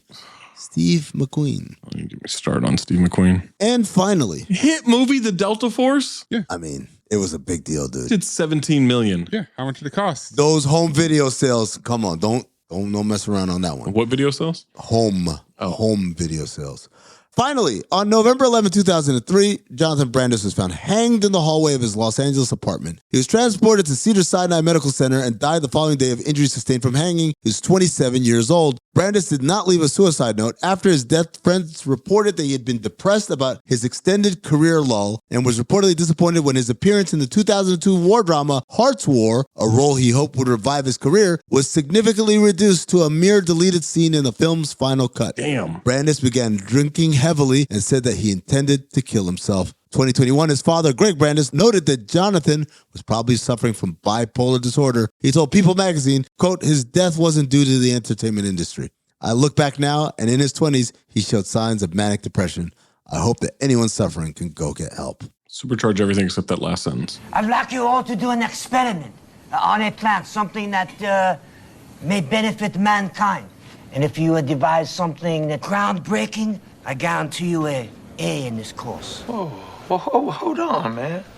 You firing me? You can't do that, Lionel.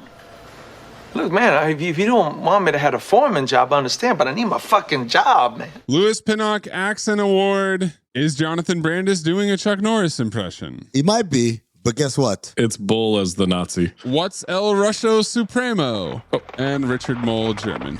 Richard Mole, for sure. Let's show them who the horsemen are, guys. Yeah, we got soul.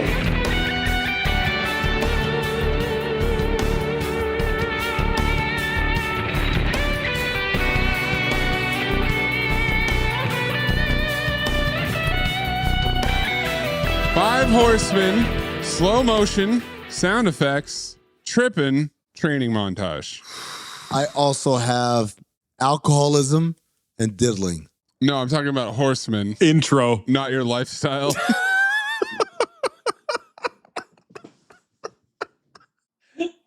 It's slow motion, guys. No, it can't be slow motion. If we're putting voices, noises from actors, ADR, whatever you want to call it, into sound effects, that's the whole movie. Slow motion starts crazy strong, and then during the climactic tournament at the end, the only climactic scene is seeing that kid's in a wheelchair in slow motion. That's I think the Foley work department, man, they worked hard on this. Yeah. Okay. It's slow motion or sound effects, so Foley work works for me. Just the opening scene alone. I said clip it, I guess. I don't know. They just keep doing it. I don't know what to do. There's too many. Breathe in through nose, out the mouth. Ass on, ass off. Teddy Rex, Moosey Teddy Rex. Teddy Rex, Moosey Teddy Rex. Ass on. Fuck it, ass off. Ass on. Fuck it, ass off.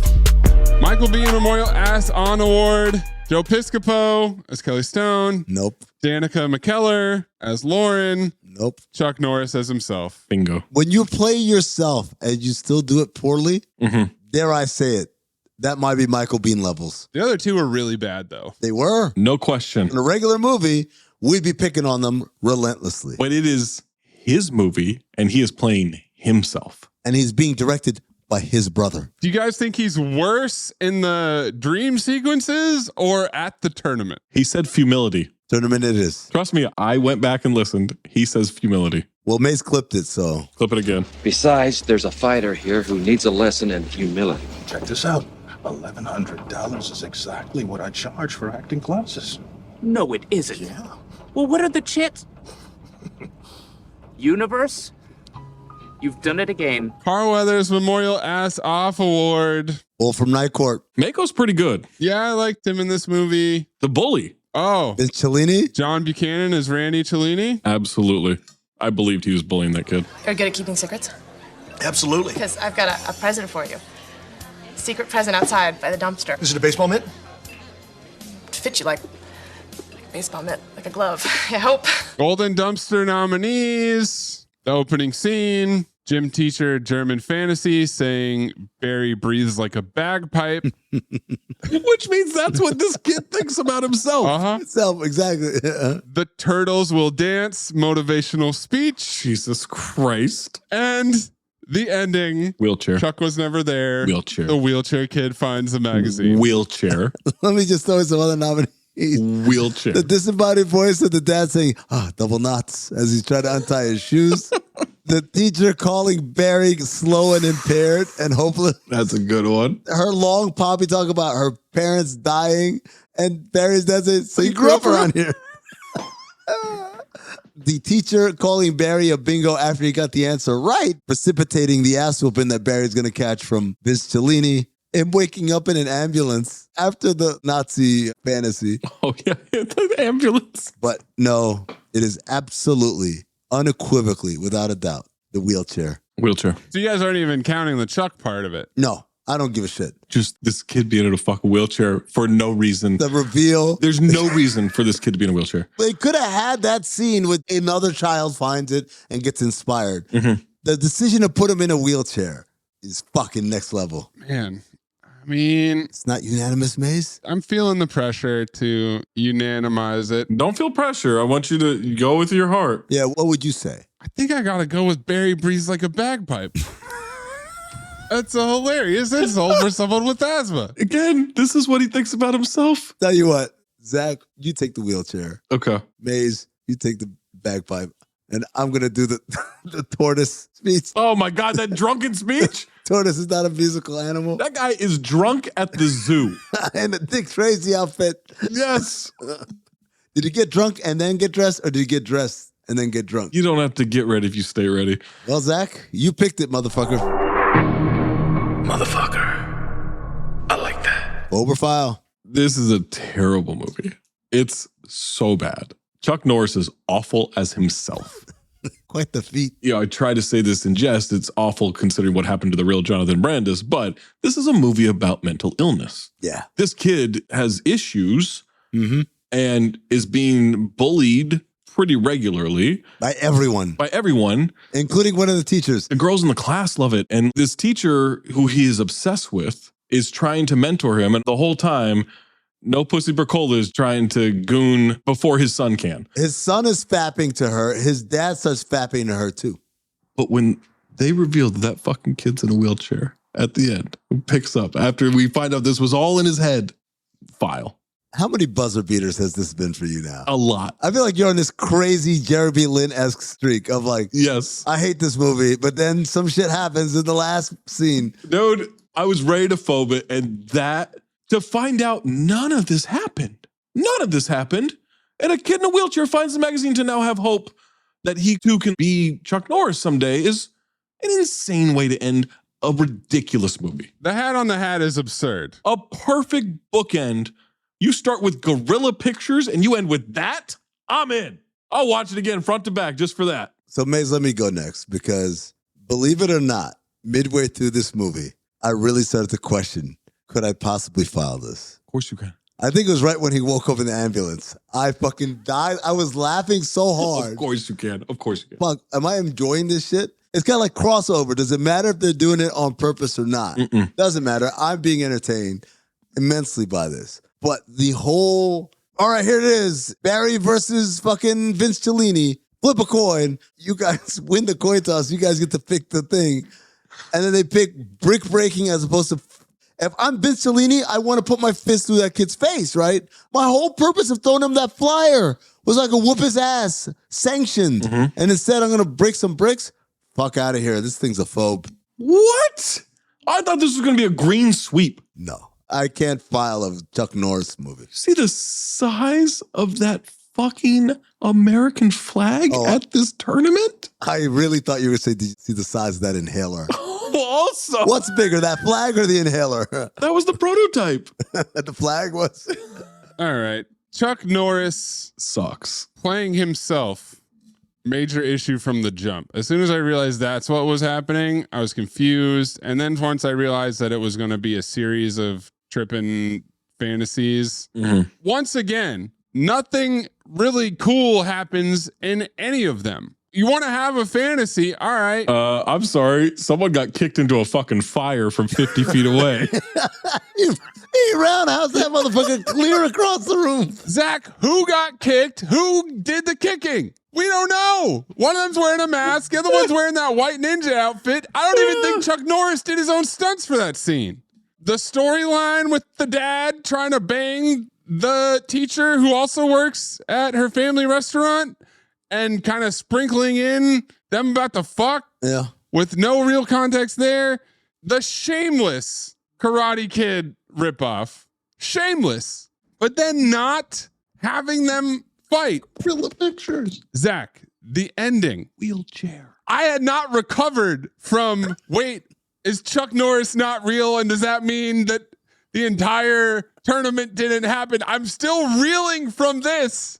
When the wheelchair kid shows up, I was offended. What? This was a horrible movie. You were offended? What? Cinephobe, guys. Make sure you send us your phobe file, Golden Dumpster, Ass on, Ass off, Five Horsemen, Louis Pinnock, Plot Liftoff, Cock Hoops, Darth Amin, Corn Puzzle, Cinephobe Pod, Count the Dings, or put in the Discord by being a Patreon member at patreon.com/countthedings. Next time we make love, you introduce me to Jade.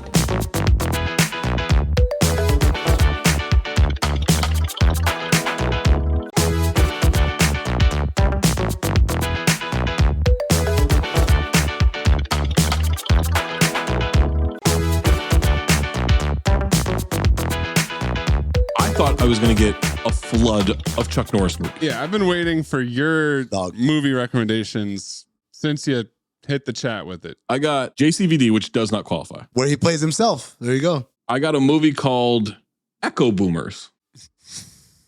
What? I've never heard of it. Is that one word or two words? 2 words. Echo Boomers. Patrick Schwarzenegger. No way. Michael Shannon. Crime drama. Disillusioned college graduates get their piece of the pie by stealing from the homes of Chicago's wealthiest. Okay. And then I got The Most Dangerous Game, starring Casper Van Dien, Bruce Dern, Tom Berenger, Judd Nelson. Murderer's row of names there. It's from 4 years ago. Okay, I got some options because I got Navy SEALs starring Charlie Sheen and Michael Biehn. Oh, shit. But my other option what else we got? was Air Collision starring Reginald Fell Johnson. What? Air Collision? Carl Winslow? What?